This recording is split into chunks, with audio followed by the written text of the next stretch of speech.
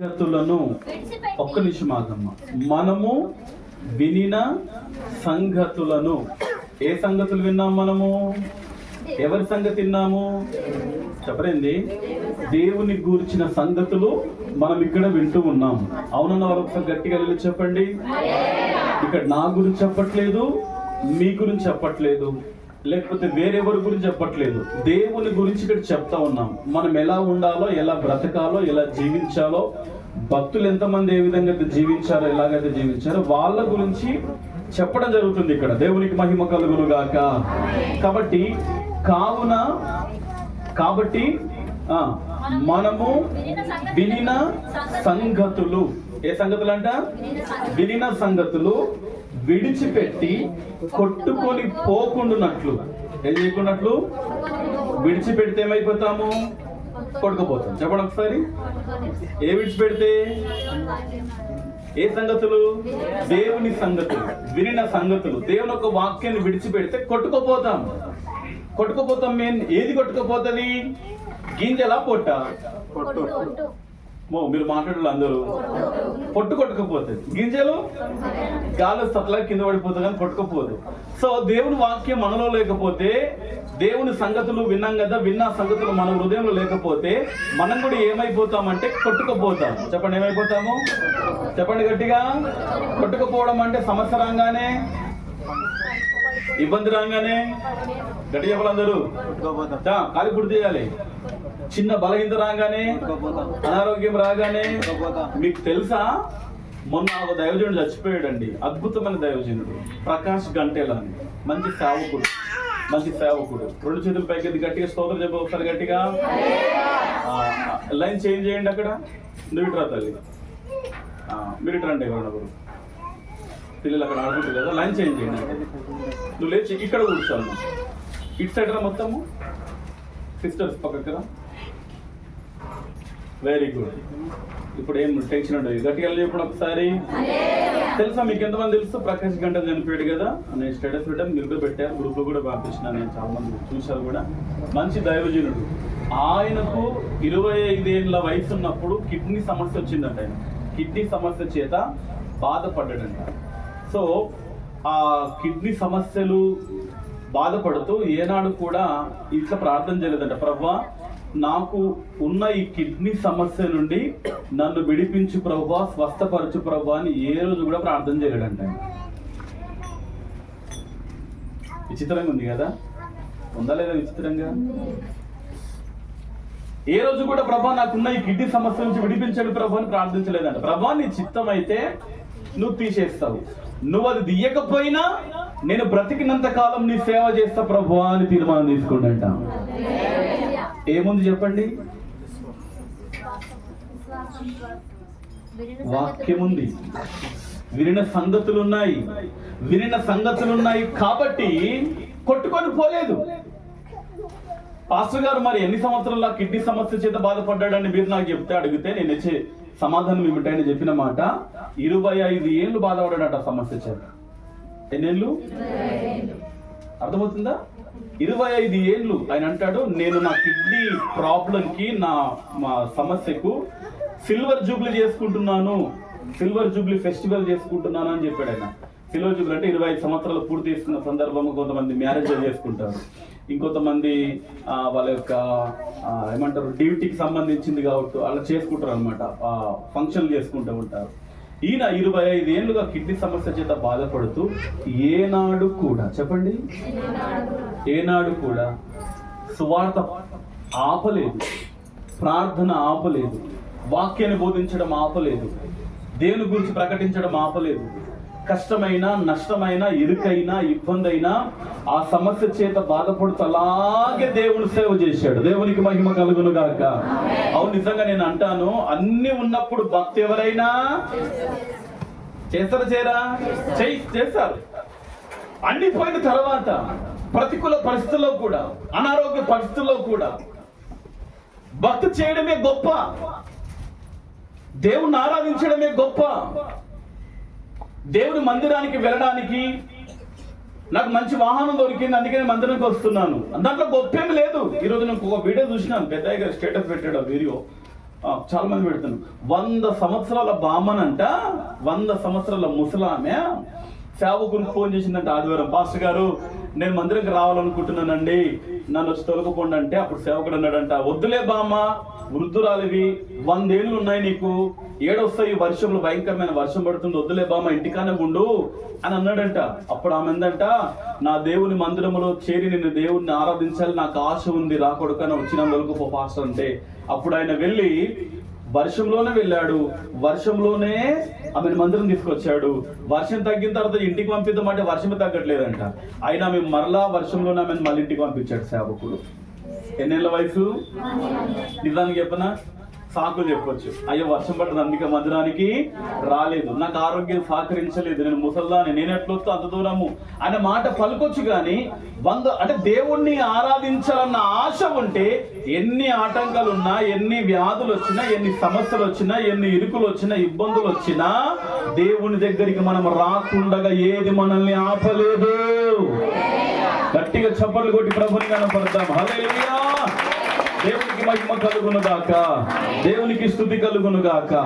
కాబట్టి అక్కడ అంటున్నాడు, నిజంగా దైవజనుడు ప్రకాష్ గంటలయ్య గారు చూడండి, 25 సంవత్సరాలు కిడ్నీ సమస్య చేత బాధపడుతూ ఇంకా చివరికి అనారోగ్యం చేతనే హాస్పిటల్, యశోద హాస్పిటల్ అనుకుంటాను, అడ్మిట్ అయ్యాడు. 1 మంత్ అందులో అనారోగ్యం చేతనే చనిపోయాడు.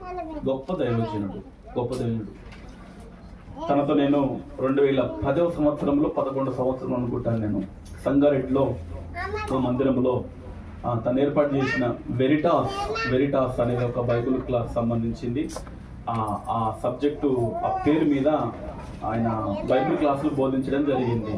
అయితే ఆ సేవకుని దగ్గరికి నేను వెళ్ళాను అనమాట. వెళ్ళి తనతో ఆ రోజు నేను ఒక 10-15 నిమిషాలు మాట్లాడినాను. బాగుంది అయ్యారు క్లాసు, చాలా బాగా అనిపిస్తుంది అని అంటే, ఆయన అన్నాడు, ఏమని తెలిసిన బ్రదర్, మీరు మంచి యవ్వన ప్రాయంలో ఉన్నారు, ఈ టైంలో కనుక మీరు ఇట్లాగే దేవుని సేవలో కొనసాగితే, ఈ క్లాస్ని ఇట్లాగే మీరు వింటూ దేవుని సేవలో ఉంటే, రాబోయే దినాల్లో దేవుడు మిమ్మల్ని తప్పకుండా వాడుకుంటాడు బ్రదర్, దేవుడు మిమ్మల్ని అభిషేకిస్తాడని ఆ రోజు నాతో ఆ సేవకుడు చెప్పడం జరిగింది. ముఖాముఖిగా మాట్లాడినప్పుడు నిజంగా ఆనాటి నుండి ఈనాటి వరకు దేవుని పరిచర్య చేస్తూ ఉన్నాను. దేవుడు తన చిత్తానుసారంగా తన పరిచర్యలో నన్ను వాడుకుంటున్నాడు. దేవునికి మహిమ కలుగును గాక, దేవునికి మహిమ కలుగును గాక. ఆ మాట ఏమంటాడు చూడండి ఒకసారి పౌలు, కాబట్టి మనము వినిన సంగతులను, ఏ సంగతులను? వినిన సంగతులను విడిచిపెట్టి కొట్టుకొని పోకుండునట్లు, వేటి యందు? వినిన సంగతుల యందు, వాక్యము యందు, వాటి యందు మరి విశేష జాగ్రత్త. ఎట్లుండాలంట? విశేష, మరి అంటే ఎక్కువ జాగ్రత్త కలిగి ఉందుముగాక. ఆమె చెప్పండి గట్టిగా. దేవుని వాక్యాన్ని ప్రతి ఆదివారము వింటున్నాం. చక్కగా క్రమము తప్పకుండా దేవుని మాటలు మనం వింటున్నాం. దేవుడు నాతో, నీతో, మనతో మాట్లాడుతూ ఉన్నాడు. ఆ మాటలు, ఆ సంగతులు మనం ఏనాడు కూడా విడిచిపెట్టుకోకుందుముగాక. ఆ సంగతులన్నీ మన హృదయములో దాచుకుందుముగాక. ఎక్కడ దాచుకోవాలంట? ఒకటి, ఏ విషయంలో జాగ్రత్తగా ఉండాలంట? వినిన సంగతులు విడిచిపెట్టి కొట్టుకొని పోకుండానట్లు వాటి యందు మరి విశేష జాగ్రత్త కలిగి ఉండాలి. దేవునికి మహిమ కలుగునుగాక. ఆమె చెప్పిన గట్టిగా. కాబట్టి దేవుడు వాక్యం చెప్పేది ఒకటైతే మనం చేసేది మరొకటిగా ఉండొద్దు. దేవునికి మహిమ కలుగును గాక. ఆమె చెప్తాం గట్టిగా. దేవుని వాక్యం ఏం చెప్తుంది? నేనేం చేయాలి, నన్ను ఏం చేయమంటున్నాడు దేవుడు, నేను ఏ విధంగా నడుచుకోవాలి, నేను ఏ విధంగా బ్రతకాలి అని దేవుడు మనతో మాట్లాడుతున్న మాటలన్నీ ప్రతి వారం వింటున్నాం. ఉపవాస ప్రార్థనలో వాక్యం వింటున్నాం. ఆ వాక్య ప్రకారంగా మనం నడుచుకుందాము గాక. ఆమె చెప్పండి గట్టిగా. అప్పుడు ఇప్పుడు దేవుని బిడ్డలారా, మొదటి విషయం ఏమిటంటే జాగ్రత్త అనే మాట గురించి మీతో మాట్లాడుతున్నాను. బహు జాగ్రత్తగా దేవుని మాటలు వినండి, దేవుని మాటలు వినండి. ఏనాడు కూడా మనం దేవుని యొక్క వాక్యాన్ని మర్చిపోవద్దు. ఒకవేళ దేవుని వాక్యాన్ని, దేవుని సంగతులు మనం మర్చిపోతే మనము కొట్టుకొనిపోయిన వారంగా ఉంటాము. కొట్టుకొని పోతుంది. పొట్టుకు ఒక మాటలు చెప్పాలంటే, రైతు ఆ పొట్టును కాలబెడతాడు. గింజలైతే ఓ సంచులో వేసి తన వాహనం మీద ఎక్కించుకొని తన ఇంట్లో భద్రపరుచుకుంటాడు. ఇదిగో వాక్యము నీ హృదయములో గింజల వలె పని చేయునుగాక. పొట్టు వలె ఉండదు, దయచేసి పొట్టుకు వ్యాల్యూ ఉండదు, పొట్టుకు విలువ ఉండదు.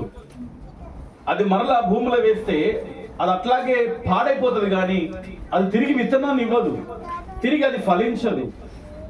దేవుని యొక్క వాక్యము నీ హృదయంలో నువ్వు భద్రపరుచుకొని దాని ప్రకారంగా నడుచుకుందువుగాక.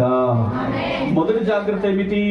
మనం వినిన సంగతులు విడిచిపెట్టి కొట్టుకొని పోకున్నట్లు వినిన సంగతుల విషయంలో విశేషమైన జాగ్రత్త కలిగి ఉందుముగాక.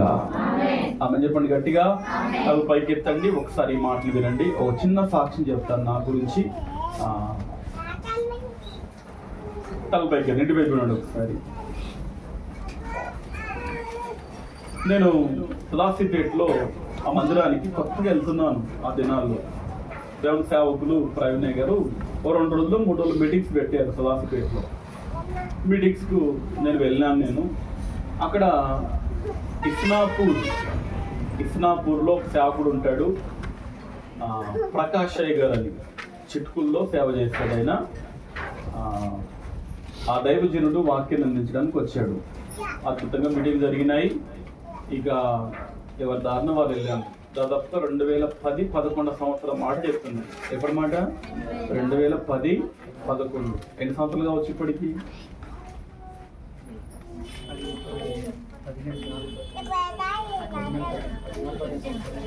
అమ్మో, ఎన్నేళ్ళు నేను చెప్పారండి? 15 ఒకటి తీసి 14 సంవత్సరాలు అద్భుతంగా జరిగినాయి. అంత అయిపోయింది. సంగారెడ్డిలో మా బాబాయ్ వాళ్ళ కూతుర్ని ఇచ్చాము.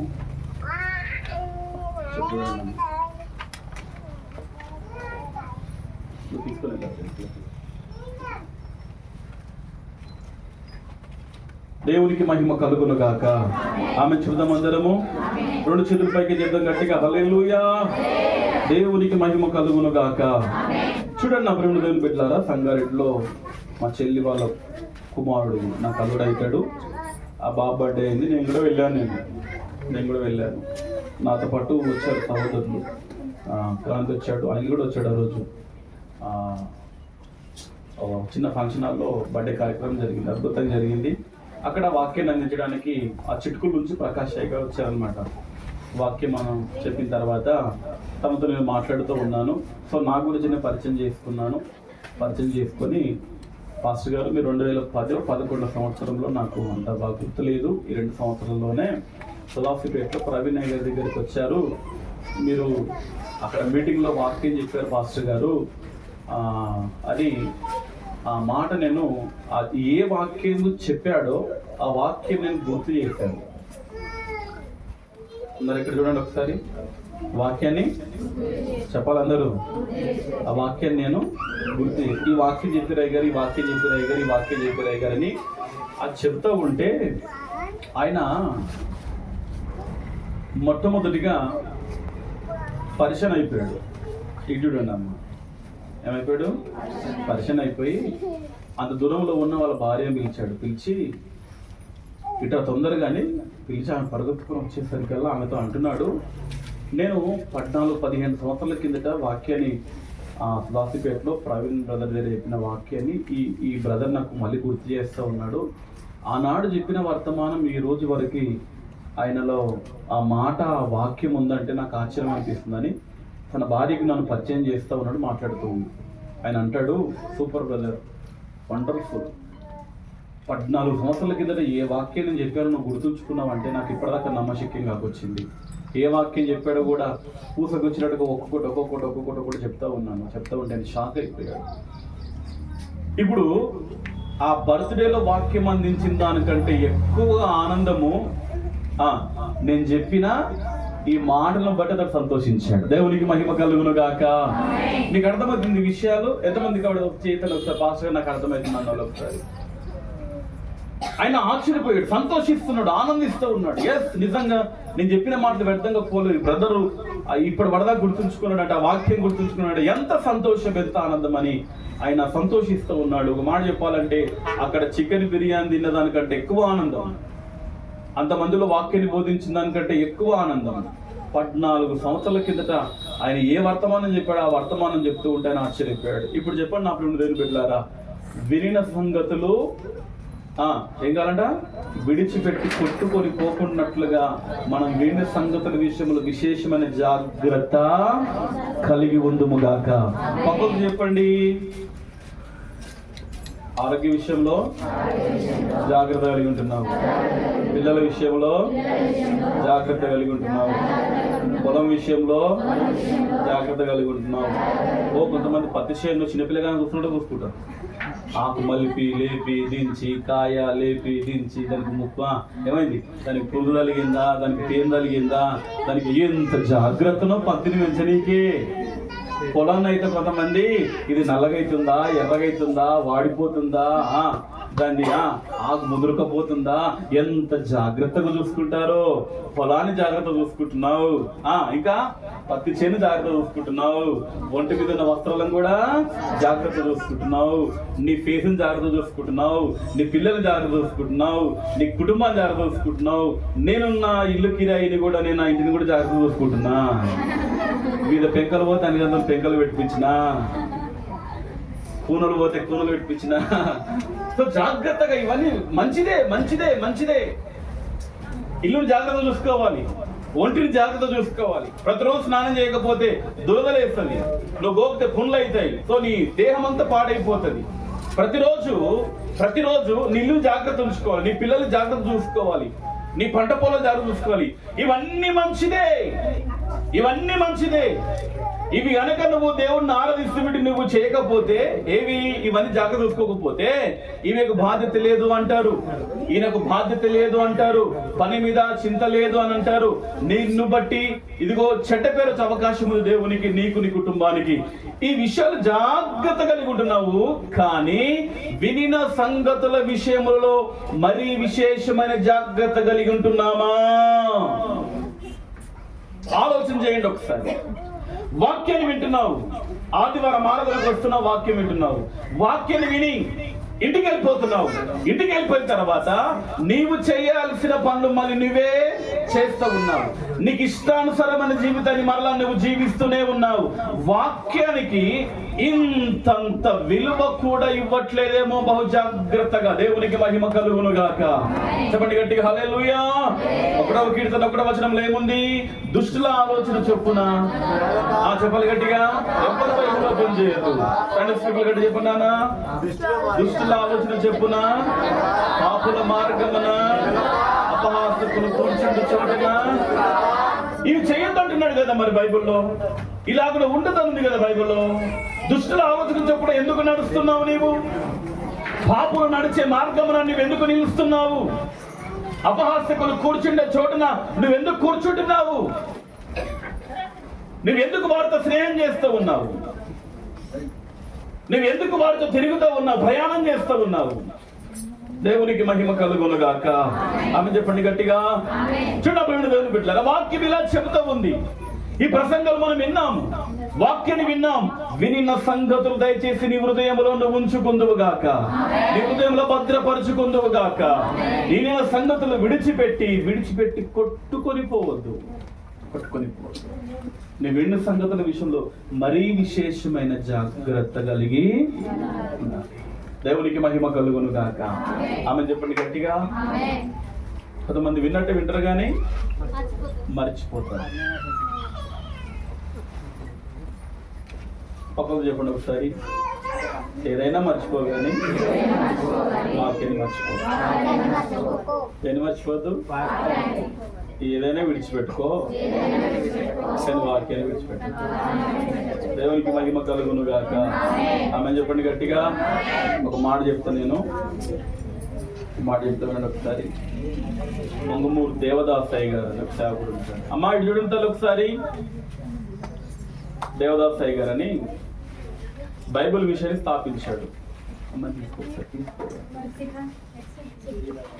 డిస్టర్బెన్స్ అందరూ చూస్తాను. ఇవ్వకండి, ఫోన్లు ఇవ్వకండి. త్వరగా కంట్రోల్ చేయి.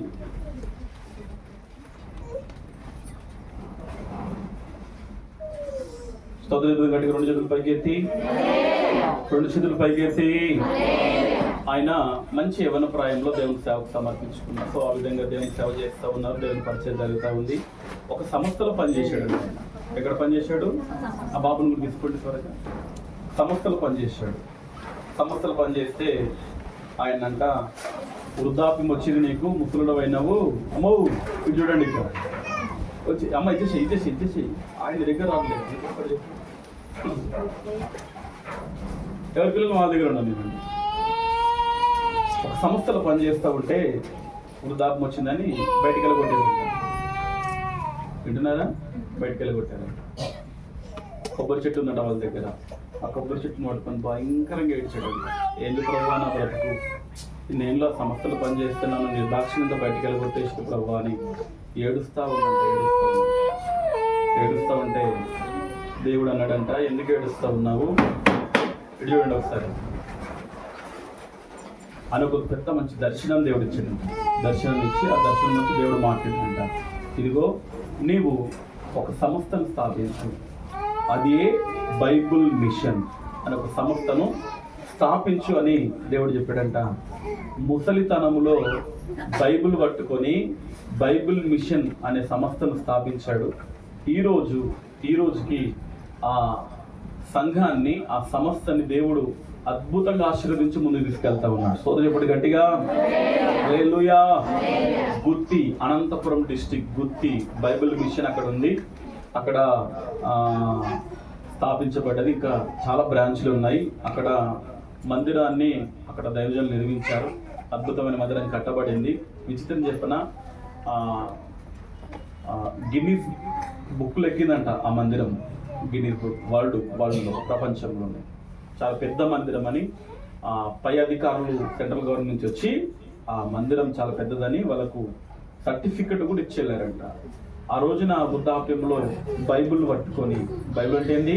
వాక్యాన్ని పట్టుకొని, దేవుని మాటను పట్టుకొని స్థాపించాడు. అద్భుతమైన సంఘము అతని ద్వారా దేవుడు నిర్మించుకున్నారు. దేవునికి మహిమ కలుగును గాక. ఇప్పుడు చెప్పండి ఒకసారి, నా మాట వినండి, ఒకసారి దేవుని మాట వినండి. వాక్యం ఎప్పుడు కూడా మనం ఏం చేయదు? ఆది యందు వాక్యం ఉండెను, వాక్యము దేవుని యొద్ద ఉండెను, వాక్యము దేవుడై ఉండెను. చెప్పండి. మనము వినిన సంగతులు విడిచిపెడితే, వినిన వాక్యాన్ని విడిచిపెడితే ఎవరిని విడిచిపెట్టినట్లు? నా మాట మీకు అర్థమవుతుందా? జాగ్రత్తగా ఉండాలండి విన్న వాక్యం విషయంలో. నేను కదిలిస్తే నీలో నుండి వాక్యాలు రావాలి, దేవుని మాటలు బయటకు రావాలి. వాక్యాన్ని పలకాలి, వాక్యాన్ని మాట్లాడాలి, వాక్యాలు ఎత్తి ప్రార్థన చేయాలి. వాగ్దానం చేసిన దేవుడు నమ్మదగిన దేవుడు, గొప్పవాడు. కాబట్టి వాక్యాన్ని ఎత్తి, వాగ్దానం ఎత్తి నువ్వు ప్రార్థన చేస్తే నీ జీవితంలో పొందుకోలేవినివి ఏవి కూడా ఉండవు. దేవునికి మహిమ కలుగును గాక. ఆమె చెప్తాం గట్టిగా, హల్లెలూయా. ఆ విధంగా అక్కడ అంటున్నాడు. అక్కడ ఏమనంటే, కాబట్టి మనము వినిన సంగతులను విడిచిపెట్టి కొట్టుకొని పోకుండా చెప్పాలి. అందరూ చెప్పాలి, మాట నోట్ చేసుకోండి. మరి విశేషమైన జాగ్రత్త. దేని విషయంలో విశేషమైన జాగ్రత్త ఉండాలి? మనకు వినిన వాక్యం విషయంలో విశేషమైన జాగ్రత్త ఉండాలి. దేవునికి మహిమ కలుగును గాక. అబ్రహాము ఆశీర్వాదాలు పొందుకోవడానికి చాలా సంగతులు, అంశాలుగా మీకు చెప్పాను నేను. గత వారం, పట్టుకున్న వారం ఎన్నో విషయాలు మీతో నేను మాట్లాడాను వాక్యంలో నుండి.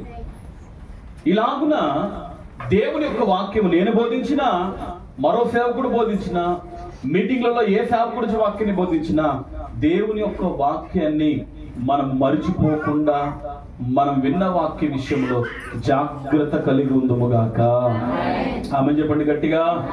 ఒకసారి నా మాట వినండి, ఒకసారి నువ్వు వేసిన పంట విషయంలో నువ్వు జాగ్రత్త కలిగి ఉండకపోతే, పొలం విషయంలో జాగ్రత్త కలిగి ఉండకపోతే ఏమైపోతుంది చెప్పండి? పాడైపోతుంది. అంతేనే కాదా? పొలం పాడైపోతుంది. పశువులు వచ్చి మేసేస్తాయి, పందులు వచ్చి దాన్ని మొత్తము ఏం చేస్తాయి? చిందరవందరం చేసేస్తాయి. చేతికి వచ్చిన పొలం పాడైపోతుంది.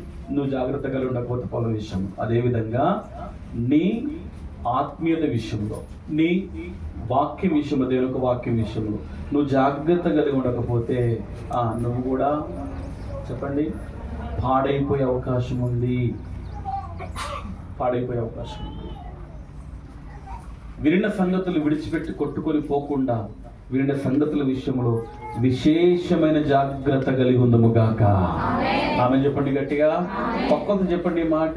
విరిన సంగతులు విడిచిపెట్టి కొట్టుకొని పోకుండానట్లు విరిన సంగతుల విషయంలో మరీ విశేషమైన, మరంటే కదా, మరి విశేషమైన జాగ్రత్త కలిగి ఉండుము. నేను ఉంటానన్నాడు. ఒకసారి కుడిచిపైకి చెప్పండి, ఒకసారి నేను ఉంటానన్నాడు. దేవునికి మహిమ కలుగును గాక.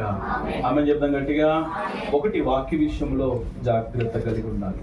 వాక్యాన్ని నువ్వు విడిచిపెడితే, వాక్యాన్ని మర్చిపోతే దేవుణ్ణి మర్చిపోయి, మళ్ళీ చెప్తున్నాను, వాక్యమే దేవుడై ఉన్నాడు. చెప్పండి ఒకసారి, వాక్యమే.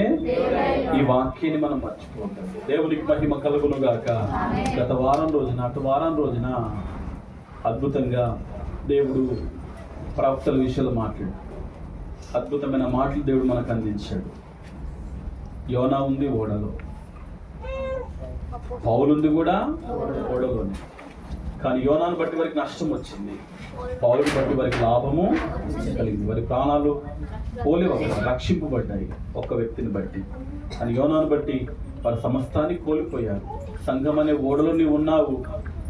మళ్ళీ చెప్తున్నాను, ఈ మాటలు రిపీట్ చేస్తున్నందుకు మరలా మీకు ఒక అవకాశం దేవుడు ఇస్తూ ఉన్నాడు. ఏమనంటే, ఈ మాటలు మరలా నువ్వు గుర్తు చేసుకుందువు గాక. గత వారం రోజున ఫిలెమోను గురించి ప్రభు మాట్లాడాడు. ఏమిటి? అతడు దేవుని ప్రేమ కలిగి ఉన్నాడు, విశ్వాసాన్ని కలిగి ఉన్నాడు. అతన్ని బట్టి దైవజనుడు ఏం చేసినట్టు దేవునికి యాచన, అతని కొరకు ప్రార్థన విజ్ఞాపనములు చేశాడు. అతన్ని బట్టి దేవునికి కృతజ్ఞతాస్తుతులు చెల్లించాడు. దేవునికి మహిమ కలుగును గాక. ఆమె చెప్తాం గట్టిగా. అంత మాత్రం కాదు, అతని మూలముగా పరిశుద్ధుల హృదయాలు విశ్రాంతి పొందుకున్నాయి. ఏం పొందుకున్నాయి? అతని బట్టి హృదయంలో ఆనందమును ఆదరణ కలిగేటట్లుగా ఫిలెమోన్ అనే ఆ యవ్వన సహోదరుడు ఆ దైవజనుడు పౌలు ఎదుట ఆ విధంగా నడుచుకున్నాడు, దేవుని ఎదుట నడుచుకున్నాడు. దేవునికి మహిమ కలుగును గాక. రైట్, ఈ సమయాన అది చెప్తున్నాను, ఈ మాటలు మనం ఏనాడు కూడా విడిచిపెట్టాం. ఈ మాట మీరు నోట్ చేసుకోండి, మీరు రాసుకోండి. ఆ మాట హెబ్రీ పత్రిక 2వ అధ్యాయం 1వ వచనంలో. కాబట్టి మనం వినిన సంగతులు, ఒక మాట వినడం చెప్పండి ఒకసారి గట్టిగా, చెప్పండి ఒకసారి. మనము దేవుని సంగతులే వినాలి. చెప్పండి ఒకసారి. రెండవదిగా,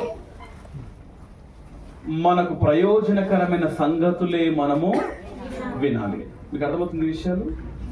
ఇప్పుడు కొంతమంది వ్యర్థమైన సంగతులు మాట్లాడుకుంటారు, పనికిరాని సంగతులు మాట్లాడుతుంటారు. అలాంటి వాటికి మన చెవులను మనము ఇవ్వద్దు. ఏమి ఇవ్వద్దు చెప్పండి? అలాంటి వాటికి మన చెవులను మనము ఇవ్వద్దు. దేవునికి మహిమ కలుగును గాక. ఇంకోటి, ఒక వ్యక్తితో మాట్లాడుతున్నాడంటే ఆ వ్యక్తి మాట్లాడే మాటల్లో నీకు ఎంతవరకు ప్రయోజనకరమైన మాటలు ఉన్నాయో నువ్వు గమనించాలి. నీకు ప్రయోజనకరమైన మాటలు లేకపోతే ఆ మాటలు మాట్లాడడము వేస్ట్ లాభమా చెప్పండి? వ్యర్థమే కదా.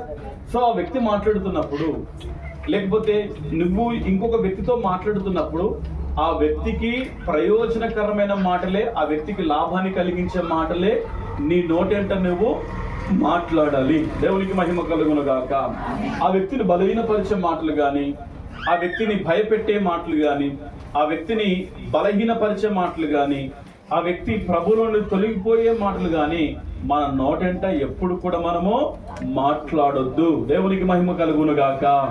గత వారం మనం ధ్యానం చేసుకున్నాం కదా, కొరాహు, దాతాను, అభిరాము వీరు నాశనమైంది కాకుండా 250 మంది కూడా ఏమైపోయారట, వాళ్ళని బట్టి నాశనం అయిపోయారు. భూమి నెరవిడిచి వారిని తినేసిందట, మింగేసిందట. ఒక మాటలు చెప్పాలంటే నిజంగా 250 మంది అన్యం పుణ్యం ఎరగని ప్రజలండి వాళ్ళు. కానీ కొరాహు, దాతాను, అబ్రాహం వేసిన రాంగ్ స్టెప్ వాళ్ళ మీ ప్రభావం చూపెట్టింది. స్తోత్రం చెప్పండి గట్టిగా. సంఘములో ఉంటున్న నీవు, సమాజంలో ఉంటున్న నీవు, నీ మాట లేకపోతే నువ్వు నడిచే నడక, నువ్వు వెళ్ళే ఆ దారి కొంతమందిని ప్రయోజకులుగా చేయాలి, ప్రభావితంగా మార్చబడాలి. దేవునికి మహిమ కలుగును గాక. నన్ను ఒక యవన సహోదరుడు, అంటే ఆయన మందిరానికి రాడు, నన్ను బాగా గమనిస్తున్నాడేమో బహుశా. చూడండి ఒకసారి, ఏం చేస్తా ఉన్నాడు, బాగా నన్ను గమనిస్తూ ఉన్నాడు. ఆ మనిషి నన్ను బాగా చూస్తూ ఉన్నాడు ఎప్పటికప్పుడు. ఈయన ఎక్కడి నుంచో వచ్చి ఇక్కడ ఉంటున్నాడు. సరే ఏం చేస్తుండబ్బా ఈ మనిషి అని నన్ను నిలువెల్లా పరిశీలించినట్టున్నాడు. బాగా పరిశీలించి ఓ రోజు నాతో ఈ మాట అన్నాడు, అన్నా మీరు యవనస్తులని ఒక మంచి మార్గంలో నడిపిస్తున్నారు చూడన్నా, అది నాకు నచ్చిందన్నా అన్నాడు. ఏమన్నాడు? ఈరోజు యవ్వనస్తులు చాలా మంది పాడైపోతారన్నా, తల్లిదండ్రులకు కన్నీళ్ళు తెచ్చి పెడుతున్నారన్న చాలా మంది. కానీ నీతో పాటు ఉన్న యవ్వనస్తులను చాలా మంది నేను గమనిస్తున్నానన్నా, వాళ్ళందరినీ ఒక ట్రాక్ను తీసుకొచ్చామన్నా. ఆయన మందిరం రాడండి, మళ్ళీ చెప్తున్నాను, మీకు అర్థమవుతుందా? ఆయన చర్చికి రాడు, ఆయన లోకస్తుడు. ఆయన యేసు ప్రభుని రక్షకుని అంగీకరించిన వ్యక్తి కాదు. సరే సంఘములో ఉన్నవాడు లేకపోతే ఓ మందిరంకి వెళ్తున్నవాడు చెప్పిన మాటలు కాదు ఇది, అన్యుడు చెప్పిన మాటలు ఇది. అన్నా నువ్వు చాలా మందికి ప్రయోజనకరంగా ఉన్నావన్నా. నువ్వు వెంబడిస్తున్నా ఎవరైతే నువ్వు నీ యవనస్తులు నీతో పాటు వెంబడిస్తున్నారో వాళ్ళందరినీ చెడు మార్గములు నడిపించట్లేదన్నా. అర్థమవుతుంది అందరికి? ఇక్కడ చెడు మార్గం నడిపించట్లేదు. వారు పాడైపోయే మార్గాన్ని వారికి నేర్పించట్లేదు. నువ్వు వారు బాగుపడే మార్గం, వారు భవిష్యత్తులో గొప్పవారయ్యే మార్గాన్ని వారికి నువ్వు చూపెడుతున్నావన్నా. ఇదిగో వారి యవ్వన ప్రాయములో భక్తి కలిగి వాళ్ళని గమనిస్తూ ఉన్నానన్నా. వాళ్ళతో పాటు పెరిగిన పిల్లలు కావచ్చు, లోకం ఉన్న పిల్లలు కావచ్చు, వాళ్ళ వీళ్ళని గమనిస్తున్నప్పుడు చాలా డిఫరెన్స్ అనిపిస్తుంది అని చెప్పాడు. దేవునికి మహిమ కలుగును గాక. అప్పుడు నాకు మాట అన్నాను, బ్రదర్ అది నా గొప్పతనం కాదు, నన్ను ఈ ప్రాంతానికి నడిపించిన దేవుని యొక్క గొప్పతనం అని చెప్పాను. గట్టిగా చప్పలు కొట్టి ప్రభుని వినపడతాను. హల్లెలూయా. ఒక యవనస్తులనే కాదండి, యవనస్తులే కాదు, సంఘమంతా మిమ్మల్ని కూడా ఇదిగో మిమ్మల్ని అందరినీ దేవుని యొక్క రాజ్యం కొరకు సిద్ధపరుస్తూ ఉన్నాం, దేవుని యొక్క రాకడ కొరకు సిద్ధపరుస్తూ ఉన్నాము. అందుకే నిర్గమకాండములో ఒక మాట ఉంటుంది, ఆ మాట చదవండి ఒకసారి. నిర్గమకాండము, థ్యాంక్ యూ లార్డ్, నీకు వందనాలు.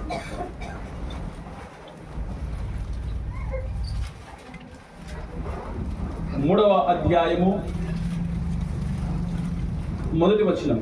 నిర్గమకాండం 3వ అధ్యాయం మొదటి వచనం. మోషే మిథ్యాను యాజకుడైన ఇత్రో అను తన మామ మందను మేపుచు ఆ మందను అరణ్యము అవతలకు తోలుకొని దేవుని పర్వతమైన హోరేబుకు వచ్చెను. ఈ మాట చూడండి ఒకసారి. ఆ మందను ఏ మందను? తన మామయ్య అయిన యిత్రో ఇచ్చిన మంద ఉంది కదా, ఆ గొర్రెల మంద, మేకల మంద, ఆ మందనంట మోషే ఏం చేస్తున్నాడు? మేపుతా ఉన్నాడు. చెప్పసారి గట్టిగా, దేవుడు నాకు ఇచ్చిన ఈ మంద నేను ఏం చేస్తున్నాను? మేపుతా ఉన్నాను. మేసే వాళ్ళందరూ గట్టిగా చెప్పండి. ఎలా వెళ్ళరు కదా. మేపుతున్నాను. వాక్యమనే చెప్పాలి ఆహారము. ప్రతి ఆదివారం కూడా మీకు వాక్యాన్ని అందించడానికి స్పెషల్ మెసేజ్, ఒక మాట చెప్పాలంటే స్పెషల్ మెసేజ్. వర్తమానం అంతా అయిపోయిన తర్వాత ఇట్లా జరిగింది ఆరాధన, ఈ వర్తమానం అందించానని నాకు తెలిసిన సేవకులతో వచ్చుకుంటే వాళ్ళు అన్నారు, ఆయన ఏమన్నా తెలిసిన మా దగ్గర కంటే మీ దగ్గర బాగా జరిగిందేమో అనుకుంటున్నా అని అంటున్నాడు ఆయన. ఎందుకంటే వాళ్ళ దగ్గర ఆయనే చెప్పే వాక్యం చెప్పాడు కాబట్టి. సో నాకంటే మీరు బాగా చెప్పారు అక్కడ. సో దేవుడు మిమ్మల్ని అక్కడ వాడుకున్నాడు, మీ సంఘస్థులు అదృష్టవంతుడు అని చెప్పారు. దేవునికి మహిమ కలుగును గాక. ఆమె చెప్పండి గట్టిగా. గత వారం కూడా ఎవరు వచ్చారు సేవకులు, ఏం పేరు చెప్పండి, దేవదాస్ సాయి గారు కూడా అదే మాట చెప్పారు కదా, మీరు అదృష్టవంతులు అనే మాట చెప్పారు కదా మీకు. ఎందుకంటే నా ప్రేమ దేవుని బిడ్డలారా, మీకు ప్రతి వారం కూడా ఓ నూతనమైన కోణంలో కొన్ని గొర్రెలకు మాట చెప్పాలంటే కొన్ని పశువులకు అన్నిటికీ ఒకే రకమైన ఆహారం ఇష్టము ఉంటుందో చెప్పండి గట్టిగా. కొంతమంది సాంబార్ అంటే ఇష్టం, కొంతమంది సాంబార్ అస్సలు నచ్చదు, కొంతమందికి పెద్దోడంటే ఇష్టం, కొంతమంది అసలు అది పడదు, అది నచ్చడు. ఇంకొంతమందికి నడిపడంటే ఇష్టం, ఇంకొంతమందికి పెద్దోడు ఇష్టం ఉండదు, చిన్నోడు ఇష్టం ఉండదు అన్నమాట. ఇంకొంతమందికి అయితే పెద్దోడు నడిపడి నచ్చడు కానీ చిన్నోడు బాగా నచ్చుతాడు. సో మాట చెప్పాలంటే మీకు వాక్యాన్ని అర్థమయ్యే విధంగా వాక్యాన్ని మీకు అందిస్తూ మిమ్మును అలాగున మేపుతా ఉన్నాం. స్తోత్రం చెప్పండి గట్టిగా. హల్లెలూయా. దేవునికి మహిమ కలుగును గాక. మేసి మీకు అర్థమవుతుందా? ఈ కాపరి ఆ గొర్రెలు అట్లా తీసుకెళ్తూ ఉన్నప్పుడు మేయకపోతే కాపరి తప్ప గొర్రె తప్ప? మీరు మంచిగా మాట్లాడుతున్నారు. గొర్రె తప్పు. ఇప్పుడు కాపరి అయితే మేపుతా ఉన్నాడు, చెప్పాల్సిన నేను చెప్తున్నాను. నువ్వు మేయకపోతే నేనేం చేయాలి? నువ్వు మేతను నీ హృదయంలో తీసుకోకపోతే నేనేం చేయాలి? క్లాసులో 50 మంది పిల్లలు ఉంటే టీచరు 50 మందికి ఒకే పాఠం చెప్తుంది, అవునా కదా?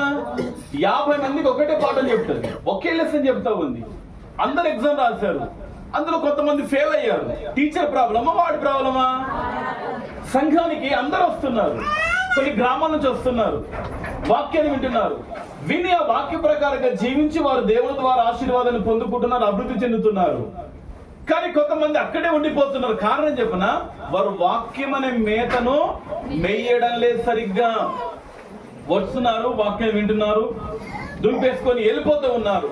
అలాంటి వారి జీవితంలో ఆశీర్వాదాలు దేవుడు అనుగ్రహించాడు. దేవునికి మహిమ కలుగును గాక. మోషే ఏం చేస్తుందంట? ఆ మందను మేపుతా ఉన్నాడంట. దేవునికి మహిమ కలుగును గాక. మేపుతే ఏం చేస్తున్నాడు? ఆ మందను అరణ్యము అవతలకు. ఎక్కడికంట? చెప్పండి గట్టిగా. హల్లెలూయా. రైట్. సరే చూడండి అందరికీ, ఇది మంచి ప్రాంతం, ఇది అరణ్యం అవతల ఏముందంటే ఏముందో చదవండి అన్నమాట. అక్కడ దేవుని పర్వతం హోరేబు ఉంది. చెప్పండి ఏముంది? అరణ్యం అవతల. ఎక్కడుందాం అది? చూడండి ఇక్కడ అందరు, ఈ మధ్యలో అరణ్యం. మోషే ఇక్కడ ఉన్నాడు, మంది ఇక్కడ ఉంది. ఈ అరణ్యం దాటిన తర్వాత దేవుని పర్వతమైన హోరేబు ఉంది. దేవునికి మహిమ కలుగును గాక. ఈ హోరేబుకు చేరాలంటే, దేవుని పర్వతానికి వెళ్ళాలంటే ఏం దాటాలి? అరణ్యాన్ని దాటాలి. దేవునికి మహిమ కలుగును గాక. దేవునికి మహిమ కలుగును గాక. ఈ అరణ్యం ఏమిటి మరి?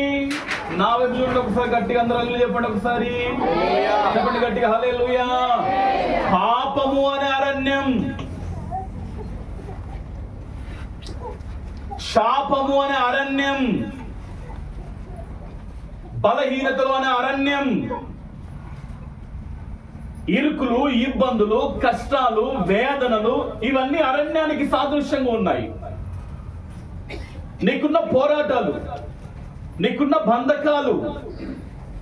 సేవకుడు ఏం చేస్తుందంటే, ఇదిగో ఇక్కడ నుండి నిన్ను ఈ అరణ్యాన్ని అనగా ఇందులో నుండి బయటికి తీసుకొని వస్తా ఉన్నాడు. దేవునికి మహిమ కలుగును గాక. ఆమె చెప్పండి, చేతులు పైకి అందరూ. హల్లెలూయా. దేవునికి మహిమ కలుగును గాక. దేవునికి స్తుతి కలుగును గాక. కొంతమంది ఉంటారు ఎట్లా అంటే, చిన్న చూపు అనే అరణ్యం. ఇంకా చెప్పుకుంటూ పోతే ఇవన్నీ అరణ్యానికి సాదృశ్యంగా ఉన్నాయన్నమాట. ఈ అరణ్యములో నుండి మోషే దైవజనుడు ఏం చేసింది తెలిసిన? ఆ మందను దేవుని పర్వతానికి తీసుకెళ్తున్నాడు. గట్టిగా చప్పలు కొట్టి ప్రభుని కనపడతాం. హల్లెలూయా. హల్లెలూయా. మిమ్మును కూడా ఈ అరణ్యాన్ని దాటించాలి నేను. కొన్ని గొర్రెలు సహకరించాయండి, కొన్ని గొర్రెలు, మీకు అర్థమవుతుందా? సహకరించాడు. ఏం చేస్తుంది తెలిసిన? అరణ్యాన్ని చూసి మళ్ళీ భయపడడానికి వెళ్ళిపోతుంటాయి. చిన్న సంవత్సరం కానీ పాస్టర్ గారు నేను మందిరానికి రాను, లేకపోతే ఇట్లయితుంది అట్లయితే, మన బ్రదర్ ఫోన్ చేశాడు. ఏమన్నాడు తెలిసిన? అన్నా ఏమన్నా నాకేం అర్థం కాకొచ్చిందన్నా, పాత జీవితం, పాపిష్టి జీవితం బాగుంది అనుకుంటున్నానన్నా అని అంటున్నాడు. నేను అన్నాను, అందులో ఉంటే నరకానికి వెళ్ళిపోతావు అని చెప్పినాను. నరకం తప్పించాడు కదా ప్రభు, నీ జీవితంలోని శాపాన్ని దేవుడు తొలగించాడు కదా. ఈ రోజున ఆశీర్వాదకరంగా నువ్వు ఉన్నావు కదా. ఎందుకు అట్లా నీ నోటెంట పలుకుతున్నావు, మాట్లాడుతున్నావు, అది కరెక్ట్ కాదు అని తనతో నేను మాట్లాడినాను. నేను దేవునికి మహిమ కలుగును గాక. ఇవన్నీ అరణ్యానికి సాదృశ్యంగా ఉన్నాయి. ఈ అరణ్యాన్ని దాటించాలి. దేవునికి మహిమ కలుగును గాక. ఆమె చెప్పటి గట్టిగా, ఈ అరణ్యాన్ని దాటించాలి. నువ్వు దాటాలి, అరణ్యాన్ని నువ్వు దాటాలి. కొంతమంది ఉంటారు, ఎంత చెప్పినా సంవత్సరాలు గడుస్తున్నా వాళ్ళు మందిరంలో దేవుని వాక్యాన్ని వింటున్నా రక్షణ కూడా పొందుకోరు. కొంతమంది ఏం పొందుకోరు చెప్పండి, చెప్పలేదు గట్టిగా. రక్షణ వాళ్ళు పొందుకోరు, రక్షణ పొందుకునే వారిని కూడా పొందుకోనివ్వరు. దాని దినాలు ఒకసారి గుర్తు చేసి నువ్వు గుర్తుందో లేదో, ఏసన్నాను దైవజనుడు బాప్తిసాలు ఇవ్వబడతాయని చెప్తే చాలా మంది పేర్లు ఇచ్చారంట. అందులో ఒక యవ్వన సహోదరు కూడా పేరిచ్చిందంట.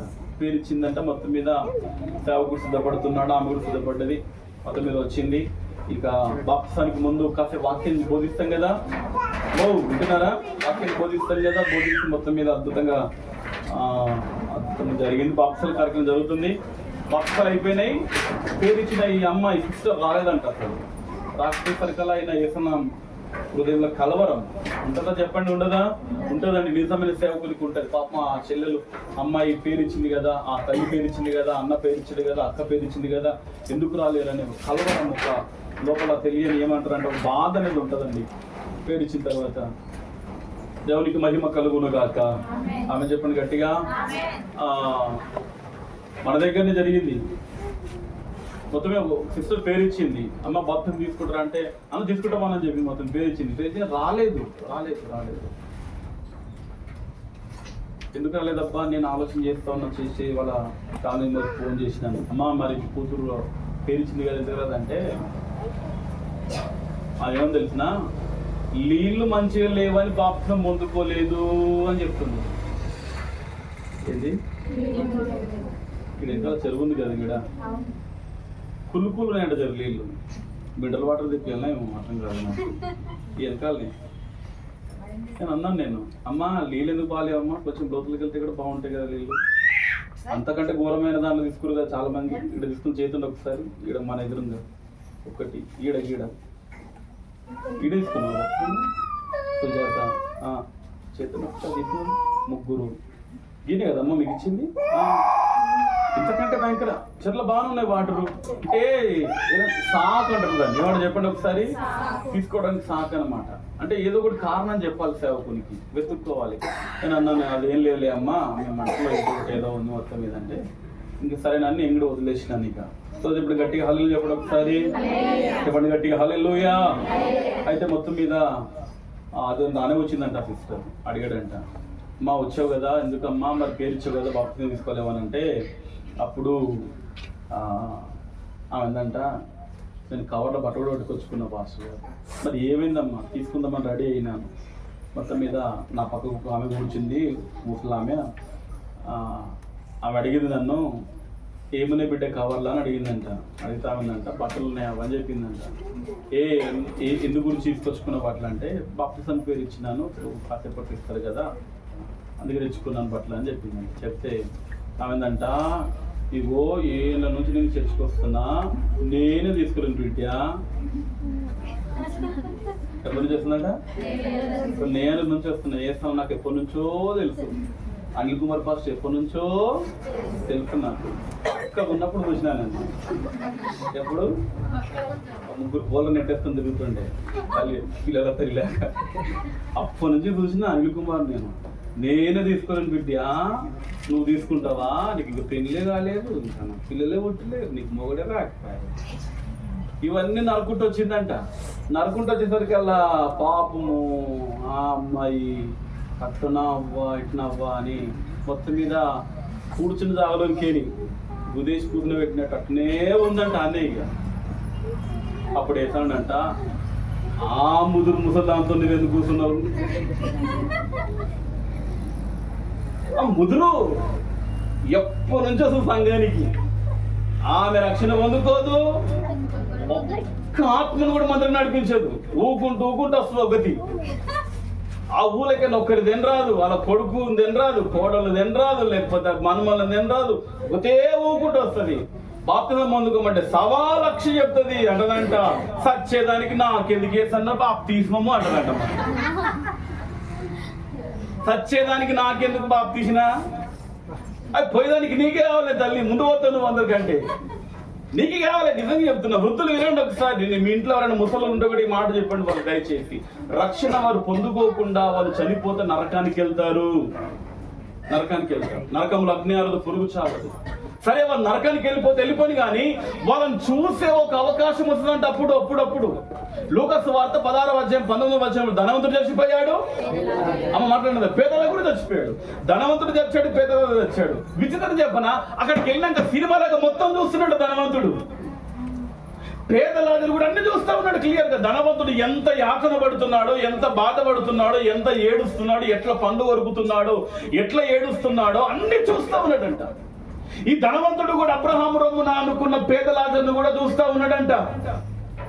ఈ సినిమా అంతా ఇది నడుస్తా ఉంది. ఇదంతా అక్కడ క్లియర్ గా చూస్తున్నారు. అప్పుడు ధనవంతుడు తండ్రి పైన అబ్రహామా అని పిలుస్తా ఉన్నాడు. ఈ అగ్ని జ్వాలని యాతన పడుచున్నానయ్యా, ఈ మంటకు నేను తట్టుకోలేకపోతున్నాను, ఈ బాధ నేను తట్టుకోలేకపోతున్నానయ్యా. అయితే ఆ లాజర్ను పంపించి నాకు నీళ్ళు ఇవ్వవా, ఆ చిట్కినే నీళ్ళు ఇవ్వవా, ఆ వాటర్ ఇవ్వవా ప్లీజ్, నేను దాహం తీర్చుకుంటాను.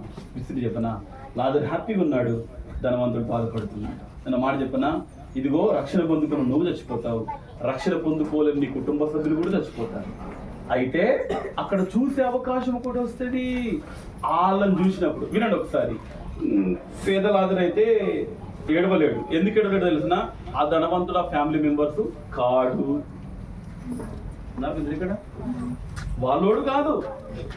ఇక్కడ గట్టిగా లేకుండా ఒకసారి ఇక్కడ అబ్బాయి చిన్న ఉండలే, నేను ఇప్పుడు తీసుకుంటూ బాప్తిస్తాను. ఓట్లు తీసుకొచ్చి గట్టిగా లేకుండా ఒకసారి గట్టిగా.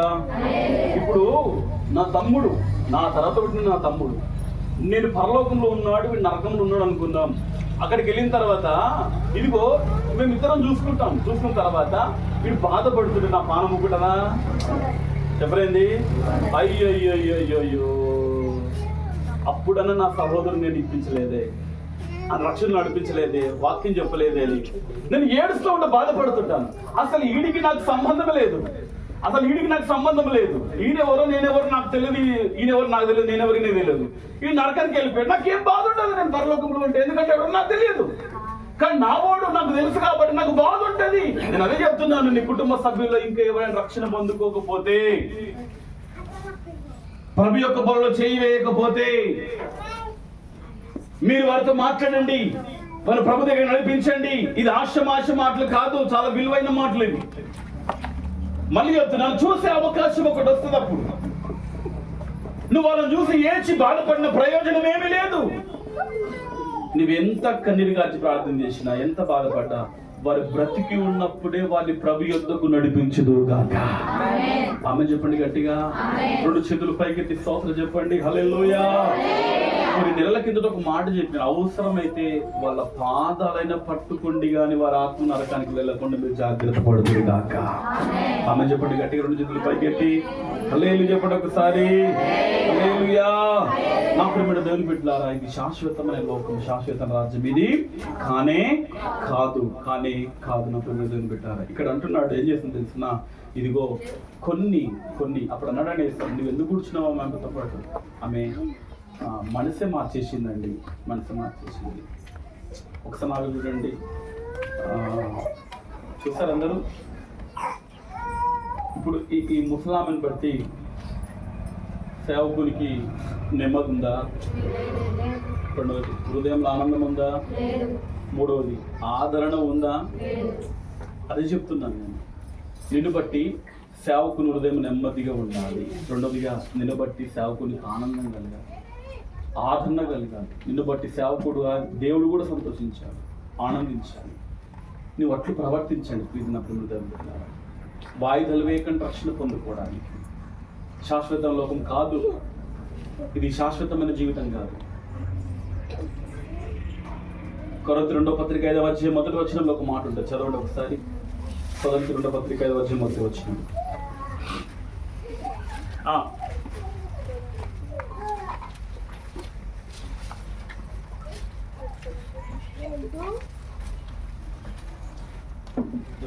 రెండో కొరింథీ పత్రిక 5వ అధ్యాయం మొదలు 5 మొదలు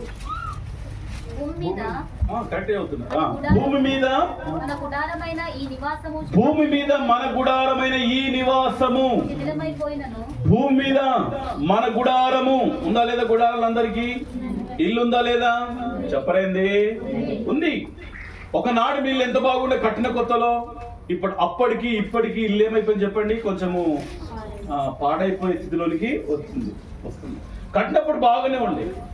ఇప్పుడు కట్టబోయే ఇల్లు కూడా, కొత్త ఇల్లు కూడా రాబోయే ఒక 10 లేదా 20 సంవత్సరాలు 30 సంవత్సరాలు అవి కూడా శిథిలావస్థలోకి వస్తాయి, పాడైపోయే దశలోకి వస్తాయి అవి కూడా.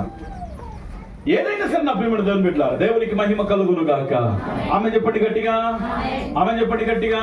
ఓ 10 ఏళ్ల కిందట ఉన్నట్టుగా నేను ఇప్పుడు ఉన్నానా? లేదు. నేను వయసు పెరుగుతా ఉంది. అంత మాత్రం కాదు, ఒక 5-6 ఏళ్ల కిందట ఉన్నట్టుగా నువ్వు ఇప్పుడు లేవు. ఏమైపోయిందంటే నీ వయసు పెరిగింది, కొన్ని బలహీనతలు కానీ సమస్యలు కానీ వస్తూ ఉన్నాయి. ఒక 50 సంవత్సరాలు 60 సంవత్సరాలు 70 సంవత్సరాలు, అధిక బలం ఉంటే 80 సంవత్సరాలు. ముసలిని అడగండి, బాగున్నావా అంటే ఏం బాగున్నాను, ఈ బ్రతకడం కంటే చావడం మేలు. శిథిలమైపోయింది ఆ బాడీ, పతనం అసలుకి వచ్చిపోయింది, ఇంకా చనిపోతారు. ఇక భూమి మీద మన గుడారమైనా, మన ఉండడానికి కట్టుకున్న ఇల్లే అయినా, జీవితమే అయినా, మన బ్రతికే అయినా ఏదో ఒక రోజున శిథిలమైపోతుందంట. అక్కడ అంటున్నాడు అదే, భూమి మీద మన గుడారమైన ఈ నివాసము శిథిలమైపోయినను. ఏమైపోయినను? ఈ జీవితం, ఈ బ్రతుకు శిథిలమైపోయాను, పాడైపోయాను, పతమైపోయాను. పోయినను. హలో, ఎందుకంట? నీ చేతి పని, నా చేతి పని, చేతి పని కాక దేవుని చేత కట్టబడినది. ఎవరి చేత? చెప్పాలి గట్టిగా అందరూ. దేవుని చేత కట్టబడినది, నిత్యమైనది దేవుని చేత కట్టబడినదంట. అది నిత్యమైందంట. దేవునికి మహిమ కలుగును గాక. ఆ నిత్యమైన రాజ్యానికి మనం సిద్ధపరచుకుందాము గాక. దేవుని చేత కట్టబడినది నిత్యమైన నివాసము పరలోకమందు మనకున్నదని ఎరుగుదుము. హల్లెలూయా. ఎక్కడుందంట మనకు? చెప్పండి గట్టిగా, గట్టిగా పలందరూ. పరవాసిని జగమున ప్రభువా నడచుచున్నాను నీ దారి, నా గురి నీవేన ప్రభువా, నీ దరినే చేరెదను.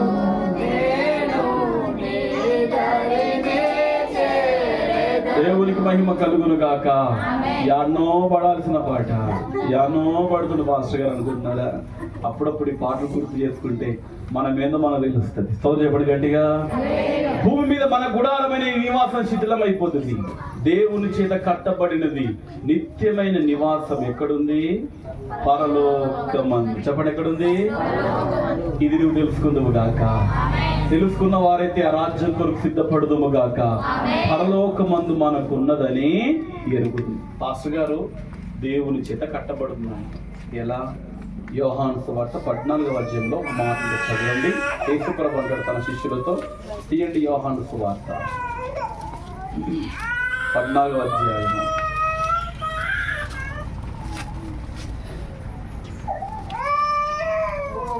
3వ వచనం. నేను వెళ్ళి, దొరికిందన్నమాట. ఎవరంటారు ఈ మాట? యేసుప్రభు అంటాడు, నేను వెళ్ళి మీకు స్థలమును సిద్ధపరచ వెళ్ళుచున్నాను. నేను వెళ్ళి మీకు స్థలము సిద్ధపరిచి నేనుండు స్థలములో, 2వ వచనం చదవండి అన్నమాట. నా తండ్రి ఇంట అనేక నివాసములు కలవు, లేని ఎడల మీతో చెప్పుదును. మీకు స్థలము సిద్ధపరచ వెలుచున్నాను. ఏం సిద్ధపరచడానికి? మీకు స్థలము సిద్ధపరచ వెలుచున్నాను. నేను వెళ్ళి మీకు స్థలము సిద్ధపరిచిన ఎడల నేనున్న స్థలములో మీరును ఉండులాగున మరలా వచ్చి నా యొద్ద నుండుటకు మిమ్మును తీసుకొని పోవుదును. ఎక్కడ తీసుకెళ్తాం యేసు ప్రభు అంటే? ఏది ఆ స్థలము? పరలోకమే నా అంతఃపురం, చేరాలనే నా తాపత్రయం. పరలోకమే నా అంతఃపురం, చేరాలనే నా తాపత్రయం. యేసుదేవరా కనికరించవా, దారి చూపవా. యేసుదేవరా కనికరించవా, దారి చూపవా. హల్లెలూయా. ఆ పరలోకానికి నా ప్రభు నీకు దారి చూపించాడు. ఆయన ఫాలో అయితే ఆయన ఉండే స్థలంలో నీవు కూడా ఉంటావు. మాస్టర్ గారు, ఆయన ఉండే స్థలంలో డబుల్ బెడ్రూమ్ ఉంటుందా? ఇచ్చిదాన్ని. డబుల్ బెడ్రూమ్ కాదు, బంగారు భవనాలు, బంగారు వీధులు. ఈ రోజున మనం బంగారం ఇక్కడ పెట్టుకుంటున్నాం, ఇక్కడ పెట్టుకుంటున్నాం, ఇక్కడ పెట్టుకుంటున్నాం. కానీ ఆ పరలోకంలో అంట నడుస్తామంటాం. దేని మీద? గట్టిగా చప్పట్లు కొట్టి ప్రభువుని కనపడతామా? హల్లెలూయా. అక్కడ ఆకలి లేదు, అక్కడ దప్పిక లేదు, అక్కడ భయము లేదు, అక్కడ మరణము లేదు. సూర్యుడైనను చంద్రుడైనను వెలిగివ్వడానికి ఉండనంట. దేవుని గొర్రె పిల్ల వెలిగి అక్కడ ప్రకాశిస్తూ ఉంటదంట. గట్టిగా చప్పట్లు కొట్టి ప్రభువుని కనపడతాం. హల్లెలూయా. దేవునికి మహిమ కలుగును గాక, దేవునికి మహిమ కలుగును గాక. అది శాశ్వతమైన లోకం, అది నిత్యం ఉండాల్సిన లోకం. అక్కడ భయం లేదు, అక్కడ మరణం లేదు, అది నిత్య జీవం. యేసుక్రీస్తు ప్రభు అంటున్నాడు, భూమి మీద మన గుడారమైన ఈ నివాసం పౌలు అంటున్నాడు శిథిలమైపోయాను, దేవుని చేత కట్టబడుతుంది. అది ఎవరు కడుతున్నారు? మనుషులు కట్టేది, మనుషులు కట్టేది. కొన్ని రోజులకు అది ఏమవుతుందంటే పర్యవాస్తూ ఉంటుంది, అవును కదా. కొన్ని రోజులకు అది శిథిలావస్థలోకి వస్తుంది. కానీ దేవుడు కట్టింది చాలా శ్రేష్టమైంది. దేవునికి మహిమ కలుగును గాక. దేవుని చేత అనగా యేసు ప్రభు మన కొరకై ఆ పరలోక రాజ్యంలో మన కొరకు స్థలాన్ని సిద్ధపరచడానికి వెళ్ళాడు. హల్లెలూయా. వెళ్ళిన యేసు ప్రభు మరలా ఈ లోకానికి రాబోతూ ఉన్నాడు. ఏం చేయబోతున్నాడు?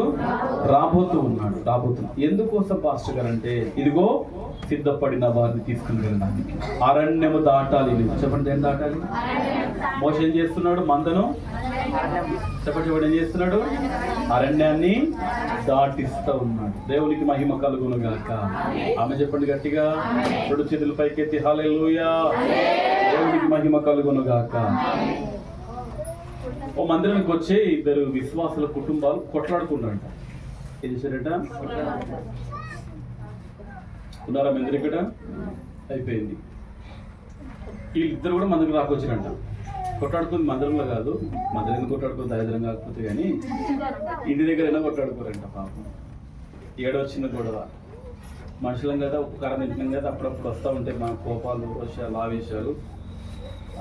సరే, వచ్చినట్టుగా ఏమైపోవాలంటే ఎంత స్పీడ్గా వచ్చినాయో అంత స్పీడ్ కలిసిపోవాలి. చెప్పండి ఒకసారి, ఎంత స్పీడ్గా వచ్చినాయో మీ పక్కలతో చెప్పండి, కొంచెం బాగుంది మాట. ఎంత స్పీడ్గా వచ్చినాయో అంత స్పీడ్ కలిసిపోవాలి. హల్లెలూయా. అట్లాగే ఉండిపోయింది అనుకో, పెరిగిపోతుంది అనమాట. అగాధం పెరిగిపోతుంది, డిస్టెన్స్ ఎక్కువైపోతుంది. సైతాన్ గాడు వచ్చి కూర్చుంటాడు, ఇక నిన్ను నరకానికి వెళ్ళకుండా ఆడేం చేశారంటే ఆపేస్తాను. సో చెప్పండి గట్టిగా, చెప్పండి గట్టిగా.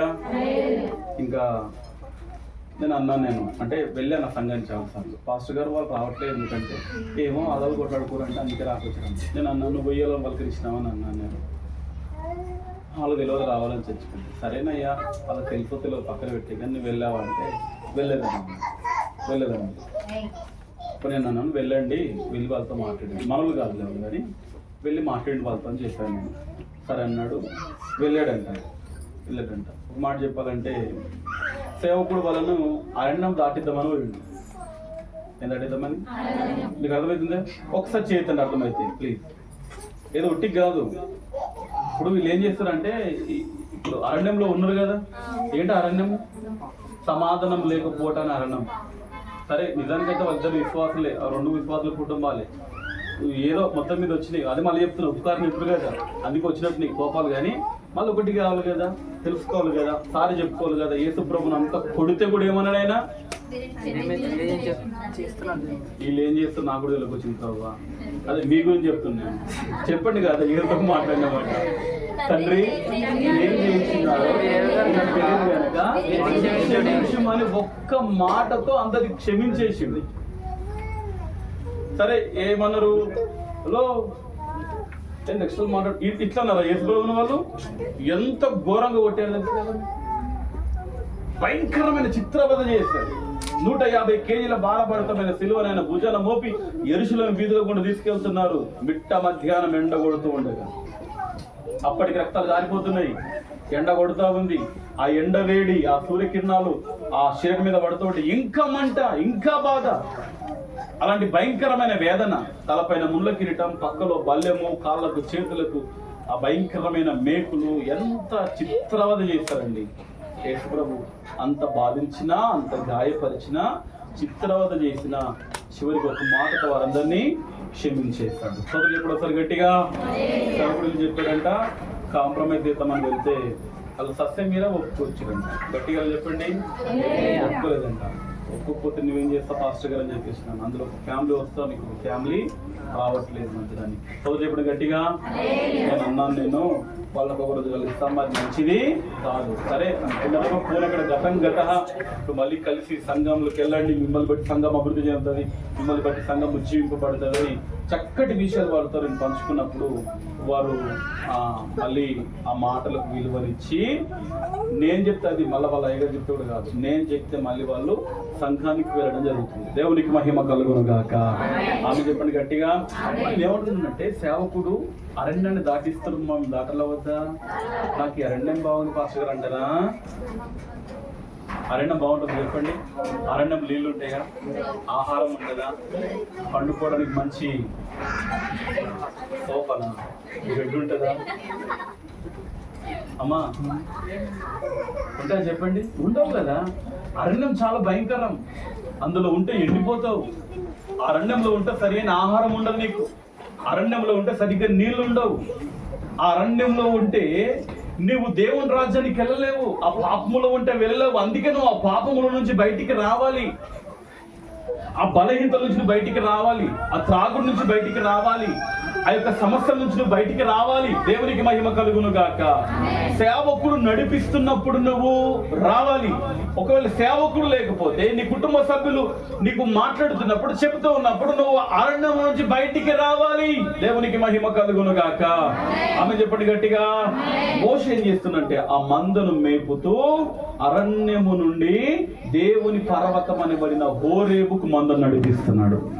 ఈ సంఘం అనే మందను అనిల్ కుమార్ అనే నా వైపు నేను నడిపించుకోవట్లేదు. నా వైపు నేను నడిపించుకుంటే నేను ఉంటేనే వస్తారు. అర్థమైందా? అర్థమైంది. నేను ఉంటేనే వస్తారు, నేను లేకపోతే రారు. ఏందమ్మా ఈరోజు వెళ్ళలేదు, మా పాస్టర్ గారు రాలేదు, ఒక పిల్లగాని పంపించండు, లేకపోతే వాళ్ళు పంపించి ఇలాంటి మాటలు చెప్తావు నువ్వు. నేను నా వైపు నేను నింపట్లేదు, మళ్ళీ చెప్తున్నాను. నిన్ను దేవుని పర్వతానికి, దేవుని రాజ్యానికి అక్కడ నేను నడిపించడం జరుగుతుంది. దేవునికి మహిమ కలుగును గాక. ఆమె చెప్పండి గట్టిగా. కాబట్టి ఈ వినిన సంగతులు మనం ఏం చేద్దంటే విడిచిపెట్టి కొట్టుకొని పోకున్నట్లుగా జాగ్రత్త కలిగి ఉందము గాక. దేని విషయం జాగ్రత్త కలిగి ఉండాలి? వినిన వర్తమానం విషయం, విన్న వాక్య విషయంలో దేవుడు ఏం మాట్లాడుతున్నాడు, ఏం చేయమంటున్నాడు, ఎలా నడుచుకోమంటున్నాడు, నన్ను ఏం చేయమంటున్నాడు. నువ్వు విన్న సంగతులు విడిచిపెట్టి కొట్టుకొని పోకున్నట్లుగా విన వాక్య విషయంలో, సంగతుల విషయంలో జాగ్రత్త కలిగి దేవుని రాజ్యం కొరకు సిద్ధపడుదుము గాక. ఆమె చెప్పండి గట్టిగా. మళ్ళీ చెప్తున్నాను, ఇదిగో ఈ మందనం, ఈ సంఘాన్ని అరణ్యము దాటించాలి. అరణ్యము దాటించే బాధ్యత నాది. నేను చెప్పినప్పుడు నాకు సహకరించగలగాలి. దేవునికి మహిమ కలుగును గాక. చెప్పిన మాటకు లోబడగలిగాలి, విధేయత చూపగలిగితే నువ్వు అరణ్యం నుంచి బయటకు వచ్చేస్తావు. దేవునికి మహిమ కలుగును గాక. ఆ అరణ్యం నుంచి బయటకు వచ్చేస్తావు. దేవునికి మహిమ కలుగును గాక. చెప్తాం గట్టిగా హల్లెలూయా. ఆ అరణ్యం నుంచి నువ్వు విడిచిపెట్టు, నువ్వు ఆ పాపాన్ని విడిచిపెట్టు, ఆ బలహీనతను విడిచిపెట్టు. లేకపోతే అందులోనే ఉంటున్నావు కదా, బయటికి రా, అందులో నుంచి బయటికి రా. బయటికి వస్తేనే దేవుని ఆశీర్వాదాలు కనులారా చూడబోతున్నావు. అందుకే అబ్రహాం ఏమో తెలిసిన, అబ్రహామా నువ్వు నీ ఇంటిని నీ దేశాన్ని నువ్వు విడిచి నేను చూపించి దేశానికి రా అన్నాడు దేవుడు. అబ్రహాము ఇదిగో అక్కడ నుండి బయలుదేరి తన భార్యను తనకున్న కొంత పశువులు తీసుకొని బయటకు వచ్చాడు. దేవునికి మహిమ కలుగును గాక. విడిచిపెడితేనే చెప్పండి నీకు హోరేబు అనే పర్వతం, దేవుని పర్వతం, అలా చెప్పండి గట్టిగా. వాటిని విడిచిపెడితేనే పరలోక రాజ్యం. వీటిని విడిచిపెడితే అరణ్యాన్ని విడిచిపెట్టాలి. అలా చెప్పండి ఒకసారి. నా ప్రభు విడిచిపెట్టే కృప నీకు అనుగ్రహించును గాక. ఆమె చెప్పండి గట్టిగా. రెండు చేతులు పైకి చెప్తాం గట్టిగా. హల్లెలూయా. ఇంకా ఎవరైతే పాపములోనే ఉంటున్నారో ప్లీజ్ దయచేసి అది నీకు మంచిది కాదు. చాలా వర్తమానాలు అందించండి. సౌలు అమాలేకుని హతం చేయలేదు. ఒకనొక సమయం వచ్చింది, ఆ అమాలేకుడే ఎవరు చంపేశాడు? ఎంతమంది ఉందని వర్తమానం మీరు? అమాలేకుడు ఎవరు చంపేశాడు? రాజైన సౌలును దావీదు అడుగుతున్నాడు. ఎవరిని? ఆ మనిషిని అడుగుతున్నాడు. హలో, ఎవరు నువ్వు? నేను అమాలేకుని. సౌలును చంపింది ఎవరు? నేనే అంటున్నాడు. అమాలేకుడు నేనే. చెప్పనా? దాని కారణం ఏమిటంటే ఆనాడు సౌలు అమాలేకుని బ్రతకనిచ్చాడు కాబట్టి. నువ్వు ఏ పాపాన్ని అయితే బ్రతకనిస్తున్నావో, నువ్వు ఏ పాపంలో అయితే ఉంటున్నావో అదే రేపటి రోజున నీకు శాపంగా మారబోతుంది. ఆ అరణ్యముల నుంచి బయటికి రా, ఆ పాపముల నుండి బయటికి రా, నీకు ఆశీర్వాదం. దేవుని రాజ్యము నీ కొరకు సిద్ధపరచబడి ఉన్నది. దేవునికి మహిమ కలుగును గాక. శబ్దం గట్టిగా హల్లెలూయా. మొదటిగా వినిన సంగతులు విడిచిపెట్టి కొట్టుకొని పోకున్నట్టు జాగ్రత్త కలిగి ఉందుము గాక. రెండో మాట చదువుకుందాం. ఇదే హెబ్రీ పత్రిక 3వ అధ్యాయము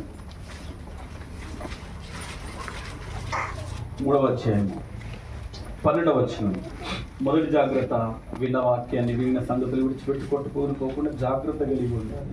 రెండవ మాట, సహోదరులారా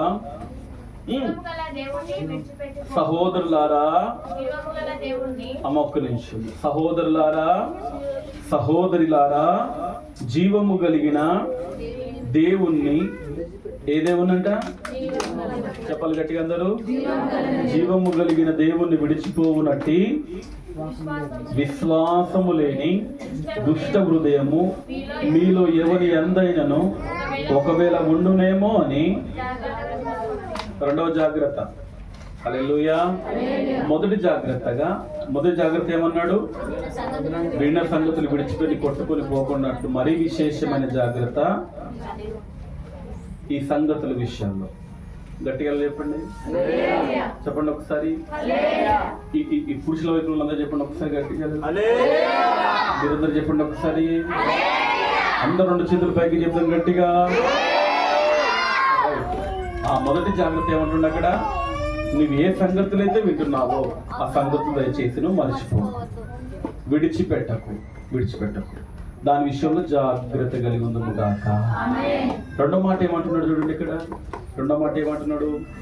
సహోదరులారా, జీవము కలిగిన దేవుణ్ణి విడిచిపోవునట్టి విశ్వాసము లేని దుష్ట హృదయము మీలో ఎవరి ఎందైనను ఒకవేళ ఉండునేమో అని జాగ్రత్తగా చూసుకోండి. ఇది ఏ జాగ్రత్తనంట?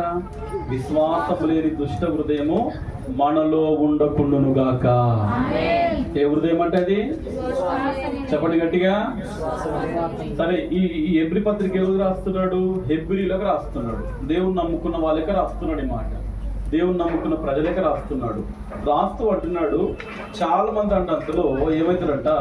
జీవము కలిగిన దేవుని విడిచిపోతున్నారంట. ఎవరిని విడిస్తున్నారు? చెప్పండి గట్టిగా. మరి మీరు విడిచిపెడతారా ఆయన కుప్పదీసి? నా ప్రశ్నకు సమాధానం రాలేదు. కొంతమంది ఎవరు బిజీలో వాళ్ళు ఉన్నారు. ఒకసారి నా వైపు చూడండి అందరూ ఒకసారి. ఎవరు విడిచిపెడతారు? ఎవరు విడిచిపెడతారంటే పాపాన్ని విడిచిపెడతాం. ఎవరిని విడిచిపెట్టొద్దు? చెప్పండి గట్టిగా. ఇంత సైలెంట్గా చెప్తే ఎట్లా మరి? కొంచెం ఒక్కసారి కుడిచే పైకెత్తి, నేను జీవము కలిగిన నా దేవుడైన యేసయ్యను నేను విడిచిపెట్టాను. హల్లెలూయా. మీరు ఎప్పుడైనా నేనున్న రూమ్కి వస్తే మీరు ఒకసారి చూడండి, నా ఫోటోలు ఉంటాయి. నా ఫోటోలకి చెప్పు, కానీ నేను రాసుకున్నాను. నేను ఒక టవాల్ వేసుకున్నాను భుజం మీద, ఇట్లా చెయ్యి ఎత్తి మంచి చేతి కట్టుకొని నేను ఒకటి రాసుకున్నాను. నేను ఏమనంటే, నా జీవిత కాలం అంతయు నేను యేసుని గురించి పాడేదను అని రాసుకున్నాను. ఇంకొక ఫోటో ఉంది, అది లేదు, పాడైపోయింది. అక్కడే రాస్తుందంటే, నా జీవిత కాలం అంతా నేను యేసుని గురించి ప్రకటించేదను. మీకు ఈ మాట అర్థం కావాలి. నా జీవిత కాలం అంతా, కొంత కాదు, అంతా నా యేసుని గురించి ప్రకటించేది. హల్లెలూయా. ఇంకొకటి ఉంటుందిలే, నేను ఫోటోలు పిచ్చును కదా, నేను అట్లా నడుచుకుంటూ వెళ్ళిపోతున్నప్పుడు నా భుజం మీద యేసయ్య ఆయన చేయేసాడు. చేసి మీ ఇద్దరు నడుస్తూ ఉన్నాము. ఆడొక వాక్యం రాస్తున్నాను, పరాక్రమము గల శూరుని వలె యెహోవా నాకు తోడై ఉన్నాడంటే రాసుకున్నాను. చెప్పండి గట్టిగా. ఈ వాక్యాల ఆంతర్యం ఏమిటి తెలిసిన? నా బ్రతుకు కాలం అంతా ఈ జీవము కలిగిన దేవుని ఏనాడు నేను విడిచిపెట్టాను.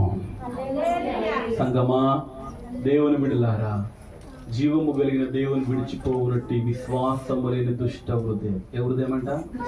విశ్వాసము లేకపోవటనే దుష్ట హృదయం. విశ్వాసము లేని దుష్ట హృదయము మీలో ఎవని అందైనను, చెప్పండి ఒకసారి, మీలో ఎవని అందైనను ఒకవేళ ఏంటట, ఒకవేళ ఉండునేమోనని జాగ్రత్తగా చూచుకోవాలి. హల్లెలూయా చెప్పండి ఒకసారి. దేవునికి మహిమ కలుగునుగాక. మీకు తెలుసా, కరోనా టైంలో చాలా మంది దేవుణ్ణి విడిచిపెట్టారండి. ఎవరిని? మీకు అర్థం కావాలి చెప్తున్నాను వీడు ఒకసారి. ఎందుకు దేవుని విడిచిపెట్టారు తెలిసిన? ఎందుకు దేవుని మరిచారో తెలిసిన? కరోనా కాలంలో లాక్డౌన్ కదా, మందిరాలకు వెళ్ళడానికి అవకాశము లేదు. ఎవరింట్లోనే వాళ్ళు ఉండిపోయారు. విచిత్రం చెప్పనా, ఆదివారం ఆరాధన లేదు వారికి. ఆదివారం ఆరాధన లేకపోవడం వల్ల సహవాసం లేదు, హెచ్చరిక లేదు, దేవుని ప్రేమ కలిగిన మాటలు లేకపోవటం వలన చాలా మంది ఏమైపోయారంటే జీవము కలిగిన దేవుణ్ణి విడిచిపెట్టారు. కారణం ఏంటంటే వారిలోనికి దుష్ట హృదయం వచ్చేసింది. దేవుని విడిచిపోనట్టు దుష్ట హృదయం వారిలోకి వచ్చేసిందండి. దేవునికి మహిమ కలుగునుగాక. ఆమె చెప్పండి గట్టిగా. ఒక మాట చెప్తూ విన్న ప్రేమ దేవుని బిడ్డలారా, కష్టమైన, నష్టమైన, అనిల్ ఇరుకైన, ఇబ్బంది అయిన, వేదనైన మనము ప్రభువుని విడిచిపెట్టకుందుము గాక. విశ్వాసము కలిగిన హృదయముతో దేవుని సన్నిధిలో ముందుకు సాగుదుము గాక. ఆమె చెప్పండి గట్టిగా. జాగ్రత్తగా ఉండండి, ఒకవేళ ఉండునేమోనని జాగ్రత్తగా చూచుకోనుండి. దేవునికి మహిమ కలుగును గాక. అదిగా పౌలు ఉంటాడు కదా, హుమెయిన్ అలెగ్జాంద్రు విశ్వాస విషయంలో ఓడప్రద్దలైన వారి వలె ఉన్నారు. వారి ఏంటట, ఎవరికి అప్పగించాడట? వారు విశ్వాసం నుంచి తొలగిపోయారట. నేను అంటాను, ఇంత భక్తి చేసి ఇన్ని పాటలు పాడి, ఇన్ని వర్తమానాలు విని, ఇన్ని వాక్యాలు విని విశ్వాసం లేని దుష్ట హృదయంలో ఉంచుకుందామా? మీలో ఉందని నేను చెప్పట్లేదు. ఒకవేళ ఉంటే దాన్ని యేసు నామములో తొలగించుకుందాము గాక. ఆమె చెప్పండి గట్టిగా. కష్టములో నష్టములో నా తోడు ఉన్నావు, వేదనలో నా చెంత ఉన్నావు. కష్టములో నష్టములో నా తోడు ఉన్నావు, వేదనలో నా చెంత ఉన్నావు.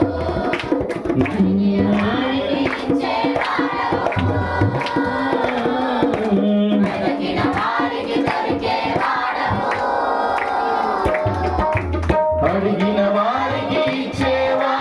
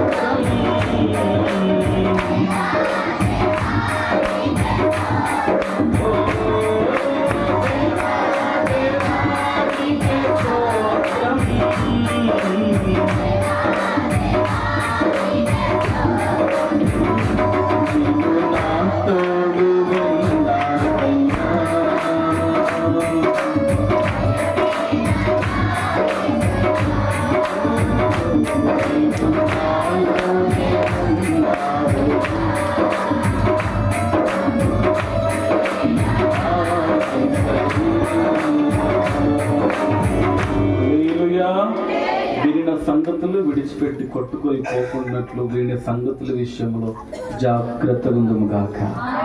వాక్య విషయంలో జాగ్రత్తగా ఉందము గాక. రెండవదిగా జీవము కలిగిన దేవుని విడిచిపోవునట్టి విశ్వాసం లేని దుష్ట హృదయము. హల్లెలూయా. మనలో ఎవరి ఎందైనా ఒకరు ఉంది, జాగ్రత్తగా చూచుకుందాము గాక. నా ప్రేమ దేవుని బిడ్డలారా, జీవము కలిగిన దేవుని మనం ఏనాడు విడిచిపెట్టాలి? చెప్పండి గట్టిగా. దేవుడు మనల్ని ఎప్పుడు విడిచిపెట్టాడు? ఇది కన్ఫర్మా కదా? చెప్పండి. దేవుడు ఎప్పుడు తప్పిపోయిన కుమారుడు తండ్రిని విడిచి వెళ్ళిపోయాడు. వెళ్ళలేదా తమ్ముళ్ళు? వెళ్ళాడు. ఆస్తి అంతా నష్టపోయాడు, వ్యాపారం చేశాడు, అంతా పాడైపోయింది. వినండి ఒకసారి. ఆ తండ్రి దగ్గరికి వెళ్తాను, తండ్రి దగ్గరికి వచ్చాడంట. తండ్రి దగ్గరికి వస్తే తండ్రి అన్నాడా, ఒరే ఆస్తులు సగం అడిగా ఇచ్చాను, మొత్తం నష్టం చేసి నైట్కి మళ్ళీ ఎందుకు వచ్చినవరా, అక్కడనే చచ్చిపోలేవారా అని అన్నాడా? వాడు ఇంక దూరముగా ఉండగానే తండ్రి పరిగెత్తుకొని పోయి వాని కౌగిలించుకొని వాని మెడ మీద పడి వాని ముద్దులు పెట్టి వాని ఇంటికి తీసుకొని వస్తున్నాడంట. తండ్రి ప్రేమలు ఎప్పుడు మార్పు చెప్పలేంది ఉండదు. దేవుడు ఎప్పుడు మనల్ని మరిచేవాడు. మనమే ఏం చేస్తామంటే దేవుని దగ్గర నుంచి దూరం వెళ్ళిపోతాం, సహవాసం నుంచి దూరం వెళ్ళిపోతాం, ప్రార్థన జీవితం నుంచి దూరం అయిపోతాం. నేను ఏమంటున్నానంటే మన జీవితాల్లో మనము బ్రతికున్నంత కాలము దేవుని యందు విశ్వాసం నుంచి దేవుని కృపలో ముందుకు సాగుదుము గాక. విశ్వాసం లేకుండా దేవునికి ఇష్టలైనట అసాధ్యం. ఒక వ్యక్తి దేవునికి ఇష్టమైన వ్యక్తికి ఉండాలి. అర్థంలో దేవుడు విశ్వాసం చేస్తుంది కాబట్టి పౌలు ఆ మాట అంటున్నాడు, విశ్వాసం లేని దుష్ట హృదయం మీద ఎవరి అందరైనా ఒకవేళ ఉండునేమో జాగ్రత్తగా తమ్ముళ్ళు ఏం చేయాలంట చూసుకోవాలి. మన హృదయం ఎలా ఉంది ఒకసారి ఆలోచన, జాగ్రత్తగా మనం నడుచుకుంటాం. ప్రభుకి మహిమ కలుగును గాక. ఆమె చెప్తాను గట్టిగా. చాలా మంది ప్రభుని విడిచిపెట్టారు. ఇస్కరియోతు యూదా ప్రభుని విడిచిపెట్టలేదా? అమ్మేసుకున్నాడు 30 వెండి నాణాలు ఇస్కరియోతు యూదా. ఎవరు దేవుని చెప్పండి అతని లోపల? అంతే కదా. ఉంటే ఎందుకు అమ్ముకుంటున్నా? యేసుప్రభుని అమ్ముకుంటున్నానా? అసలు అమ్ముకోకుండా యేసుప్రభుని విడిచిపెడుతున్నానా? అబ్బా ఎంత భయంకరంగా తెలిసిన ఒక సూచన ఇచ్చాడంట, నేను ఎవరినైతే కౌగిలించుకొని ముద్దు పెట్టుకుంటానో ఆయనే యేసుప్రభు అన్నాడంట. వెళ్ళాడు, కౌగిలించుకున్నాడు, యేసుప్రభు నాకు ముద్దు పెట్టుకున్నాడు. ఇమీడియట్ ఆయన పట్టేసుకున్నాడు, అమ్ముకున్నాడు, దొంగలతో చేతులు కలిపాడు. విశ్వాసం ఉన్నోడు చేసే పనులు ఇవి కానే. ప్రభుని ఎప్పుడో తన హృదయం నుంచి తీసేశాడండి, తీసేశాడు. విశ్వాసం లేదండి ప్రభు మీద. దుష్ట హృదయంలో కొంతమందికి వచ్చేసింది. నా ప్రేమ దేవుని బిడ్డలారా, ప్రభుతో ఉన్నట్లుగా ఉంటున్నావు. నీ హృదయం ఎలా ఉందో ఒకసారి ఆలోచించు. జీవము కలిగిన దేవుని ఎప్పుడు విడిచిపెట్టావు. దేవునికి మహిమ కలుగును గాక. యోబు విడిచిపెట్టాడా? చెప్పండి, చెప్పుకోవచ్చు చెప్పండి. విడిచిపెట్టాడా? ఆస్తి అంతా పోయినా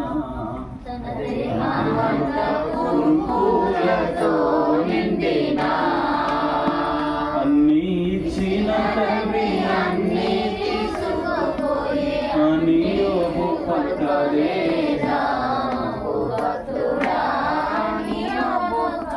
అనుకోలేదా? మళ్ళీ దేవుని దూషించాడా? చెప్పలేంది. యోబు దేవుని మర్చిపోయాడా? భార్య అంటుంది దేవుని చూసి చచ్చిపోయా అంటుంది. మూర్ఖులు మాట్లాడినట్టుగా మాట్లాడకు. దేవుని వల్ల మనం మేలే పొందుకుందామా కీడొద్దా? దానికి కీడు తలబెట్టిన దేవుడు కాదు, సైతానుడు. యోగ సంగతి పోషి తెలియకపోవచ్చు, అందుకే మాట అన్నాడు. దేవుని వల్ల మనం మేలే పొందుకుందామా కీడొద్దా అన్నాడు. దేవుడు కీడు ఎప్పుడు తలపెట్టాడండి. దేవుడు మంచి చేసే దేవుడు. సైతానుడు కీడు తలపెట్టాడు. విశ్వాసం లేని దుష్ట హృదయం యోబులోనికి యోబు అణుచుకోలేదు. కొట్టుగట్టిగా చెప్పట్లు. హల్లెలూయా. యోబు లాంటి భక్తులను దేవుడి సంఘము నుంచి లేపును గాక. అది నీవే అయ్యుందువు గాక, అది నీవే అయ్యుందువు గాక, అది నేనే అయ్యుందును గాక. విశ్వాసమైన దుష్ట హృదయం యోబులోనికి ఇంతంత మాత్రం కూడా లేదు. నా శరీరము చీకిపోయినను, ఏమంటాడు యోబు? శరీరం అంతా చీకిపోయినను, శరీరం అంతా పాడైపోయినను, నా విమోచకుడు సజీవుడు, ఇంకా బ్రతికే ఉన్నాడు. నన్ను ఈ అవస్థల నుండి, ఈ బాధల నుండి నా దేవుడు నన్ను విడిపిస్తాడు, లేవనెత్తాడన్న పరిపూర్ణమైన విశ్వాసము కలిగిన వానిగా యోబు బ్రతికాడు. అందుకే మరలా రెండంతలు కోల్పోయినవన్నీ నాకు ఇచ్చుటకు, నా బాధ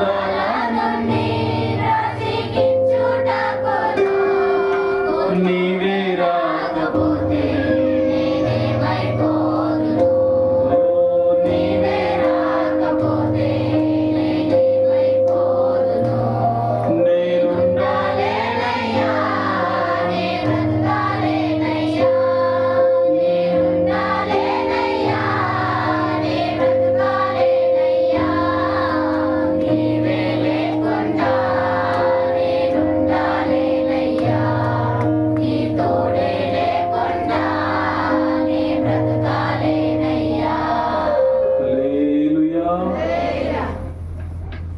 అర్థమైన వాళ్ళు ఒకసారి కుడిచే పైకి ఎత్తండి. వాక్యం అర్థమైన వాళ్ళు. Thank you. దేవుడు దీవించును గాక. దేవుడు ప్రభు నేనాడు విడిచిపెట్టలేదు. దేవుని ద్వారా మరలా ఆశీర్వాదం పొందుతున్నాడు. దేవునికి మహిమ కలుగును గాక. ఒక చిన్న సాక్షి చెప్పి నేను ముగిస్తాను. విలియం కేరీ, ఎంతమంది? William Carey. ఈ బైబుల్ మన చేతులకి రావడానికి గల కారణం ఎవరంటే విలియం కేరీ. చెప్పండి, విలియం కేరీ. గుర్తుంచుకోండి, కొత్తగా ఇంటే పోలే, ఆయన పేరు గుర్తుంచుకోండి. ఏం పేరు చెప్పండి ఒకసారి గట్టిగా. William Carey. విలియం కేరీ మన చేతుల్లో ఈ బైబుల్ ఉండడానికి గల కారణం విలియం కేరీ. రెండవదిగా ఈ రోజున ఆడపిల్లలు చదువుకుంటున్నారు కదా, ఒక చేతులు చదువుకున్న వాళ్ళంతా ఆడపిల్లలు, మగపిల్లలు కాదు, ఆడపిల్లలు చేతులు ఇస్తారు.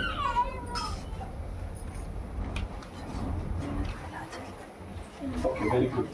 ఎంత చదువుకుంటుంది కదా. అవును, నిజంగా వెనకటి కమ్మలు చదువుకోవడానికి అవకాశం ఉన్నప్పటికీ చదువుకోలేకపోయారు వాళ్ళు. అంటే వాళ్ళకి అంత ఇబ్బంది ఉండదు నాకు. ఈ రోజున ఆడపిల్లలు చదువుకుంటున్నారంటే దానికి కారణం విలియం కేరీ. ఆడపిల్లలు వంటగదికి పరిమితం కావాలని ఉందన్నమాట మన దేశంలో. ఆడపిల్లలు ఇంట్లో నుంచి బయటికి రావద్దు, ఇంట్లో నుంచి బయటికి రావద్దు. సో ఆడపిల్లలు చదువుకోవడానికి స్కూల్ స్టార్ట్ చేసింది, కాలేజీలు స్టార్ట్ చేసింది విలియం కేరీ.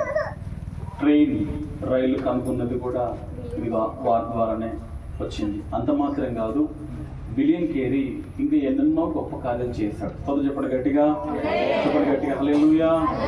సతి అనే దాన్ని అంతం ముగించింది విలియం కేరీ. భర్త చచ్చిపోతే మన భారతదేశంలో ఒక సాంప్రదాయం ఉంది. వింటున్నారా అమ్మలు? వింటున్నారా? తింటున్నారా? రెండు చేస్తున్నాను ఒకసారి. వింటున్నారు? వాక్యం తింటూ ఉన్నారు. వినండి ఒకసారి. భర్త చచ్చిపోతే భర్తను కాలబెడతారు కదా. భర్తతో పాటు బ్రతికున్న భార్యను కూడా భర్తతో పాటే పడుకోబెట్టి కాలబెట్టాలి. అది మన భారతదేశంలో ఉండే సాంప్రదాయం. ఒకటి ఉండే మీరు నమ్మిన నమ్మకపోయినా ఇది రియల్, ఇది జరిగింది, ఇది ఉంది, జరిగింది మొన్నటి దాకా. భర్త చచ్చిపోతే భార్య బ్రతకొద్దు, భార్య బ్రతకొద్దు. సో ఇది మన భారతదేశంలో ఉన్నప్పుడు విలియం కేరీ గారు అన్ని గమనించారంట, చూస్తూ ఉన్నారంట. అప్పుడు అన్నాడంట అప్పుడున్న లీడర్లతో ఏమనంటే, భర్త చచ్చిపోయాడండి, ఆయనకున్న లేకపోతే ఏమంటారు రోగాన్ని బట్టో సరే, చావు ఏ రూపంలో ఎవరి కోసం తెలియదు, చచ్చిపోయాడు ఆయన. మరి ఆయన చనిపోయినప్పుడు ఆయనతో పాటు ఆయన భార్య ఎందుకు కాలబెట్టాలి అట్లా? ఆ విధంగా ఇది న్యాయం కాదు కదా. ఇదేమిది ఇలాగుంది దేశంలో, దీన్ని మనం మార్పు అందించాలని ఒక పెద్ద పోరాటమే చేశాడు, ఒక యుద్ధమే చేశాడు. మొత్తం మీద అది మన భారతదేశంలో సతీ సహగమనం అంటున్నాం. అంతేనా అమ్మంతేనా? మీరు నిధుల్లో కొద్ది కొంచెం గట్టి చెప్పాలి, అంతే కదా బ్రదర్? సతీ సహగమనం దాన్ని ఆఫ్ చేశారు, ఇక ఆఫ్ చేశారు. గట్టిగా చెప్పండి ఒకసారి. ఓ దైవజుడు అంటాడు, విలియం సైగర్ అంటాడు, మీ నాన్నమ్మ బతికుందంటే థ్యాంక్స్ చెప్పాలి విలియం కేరీకి అంటాడు ఆయన. ఎవరు చెప్పాలి? విలియం కేరీ కనుక పోరాటాన్ని కనుక చేయకపోతే ఈ రోజున భర్త చచ్చిపోయిన వాళ్ళందరినీ కూడా ఆ సాంప్రదాయం అట్లే కొనసాగుతున్నాం ఇండియాలో. అది ఆఫ్ చేశాడు. 2 చేతుల పైకి గట్టిగా చెప్తాం ఒకసారి, 2 చేతుల పైకి చెప్తాం గట్టిగా. ఇలా ఎన్నో అండి, చెప్పుకుంటూ పోతే చాలా ఉన్నాయి. 2 చేతుల పైకి గట్టిగా చెప్పండి. నేను ముగింపులోకి వస్తున్నాను, కానీ దీని వెనకాల చాలా పోరాటం చేశాడు, చాలా పోరాటం చేశాడు.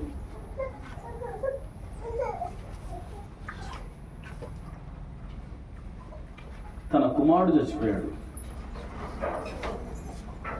ప్రింటింగ్ ప్రెస్ కాలిపోయిందంట, అచ్చు యంత్రం అప్పుడే కనుగొన్నాడు, అది కాలిపోయింది. కుమారుడు చచ్చిపోయాడట. కుమారుడు చచ్చిపోయిన బాధలో ఉండి బాధపడుతున్నాడు. కుమారుడు చచ్చిపోయాడు కదా అని బాధలో వాళ్ళ భార్య పిచ్చిదైపోయిందంట. కొడుకు చచ్చిపోయాడని బాధలో పిచ్చిదైపోయిందంట. ఆలోచించాను,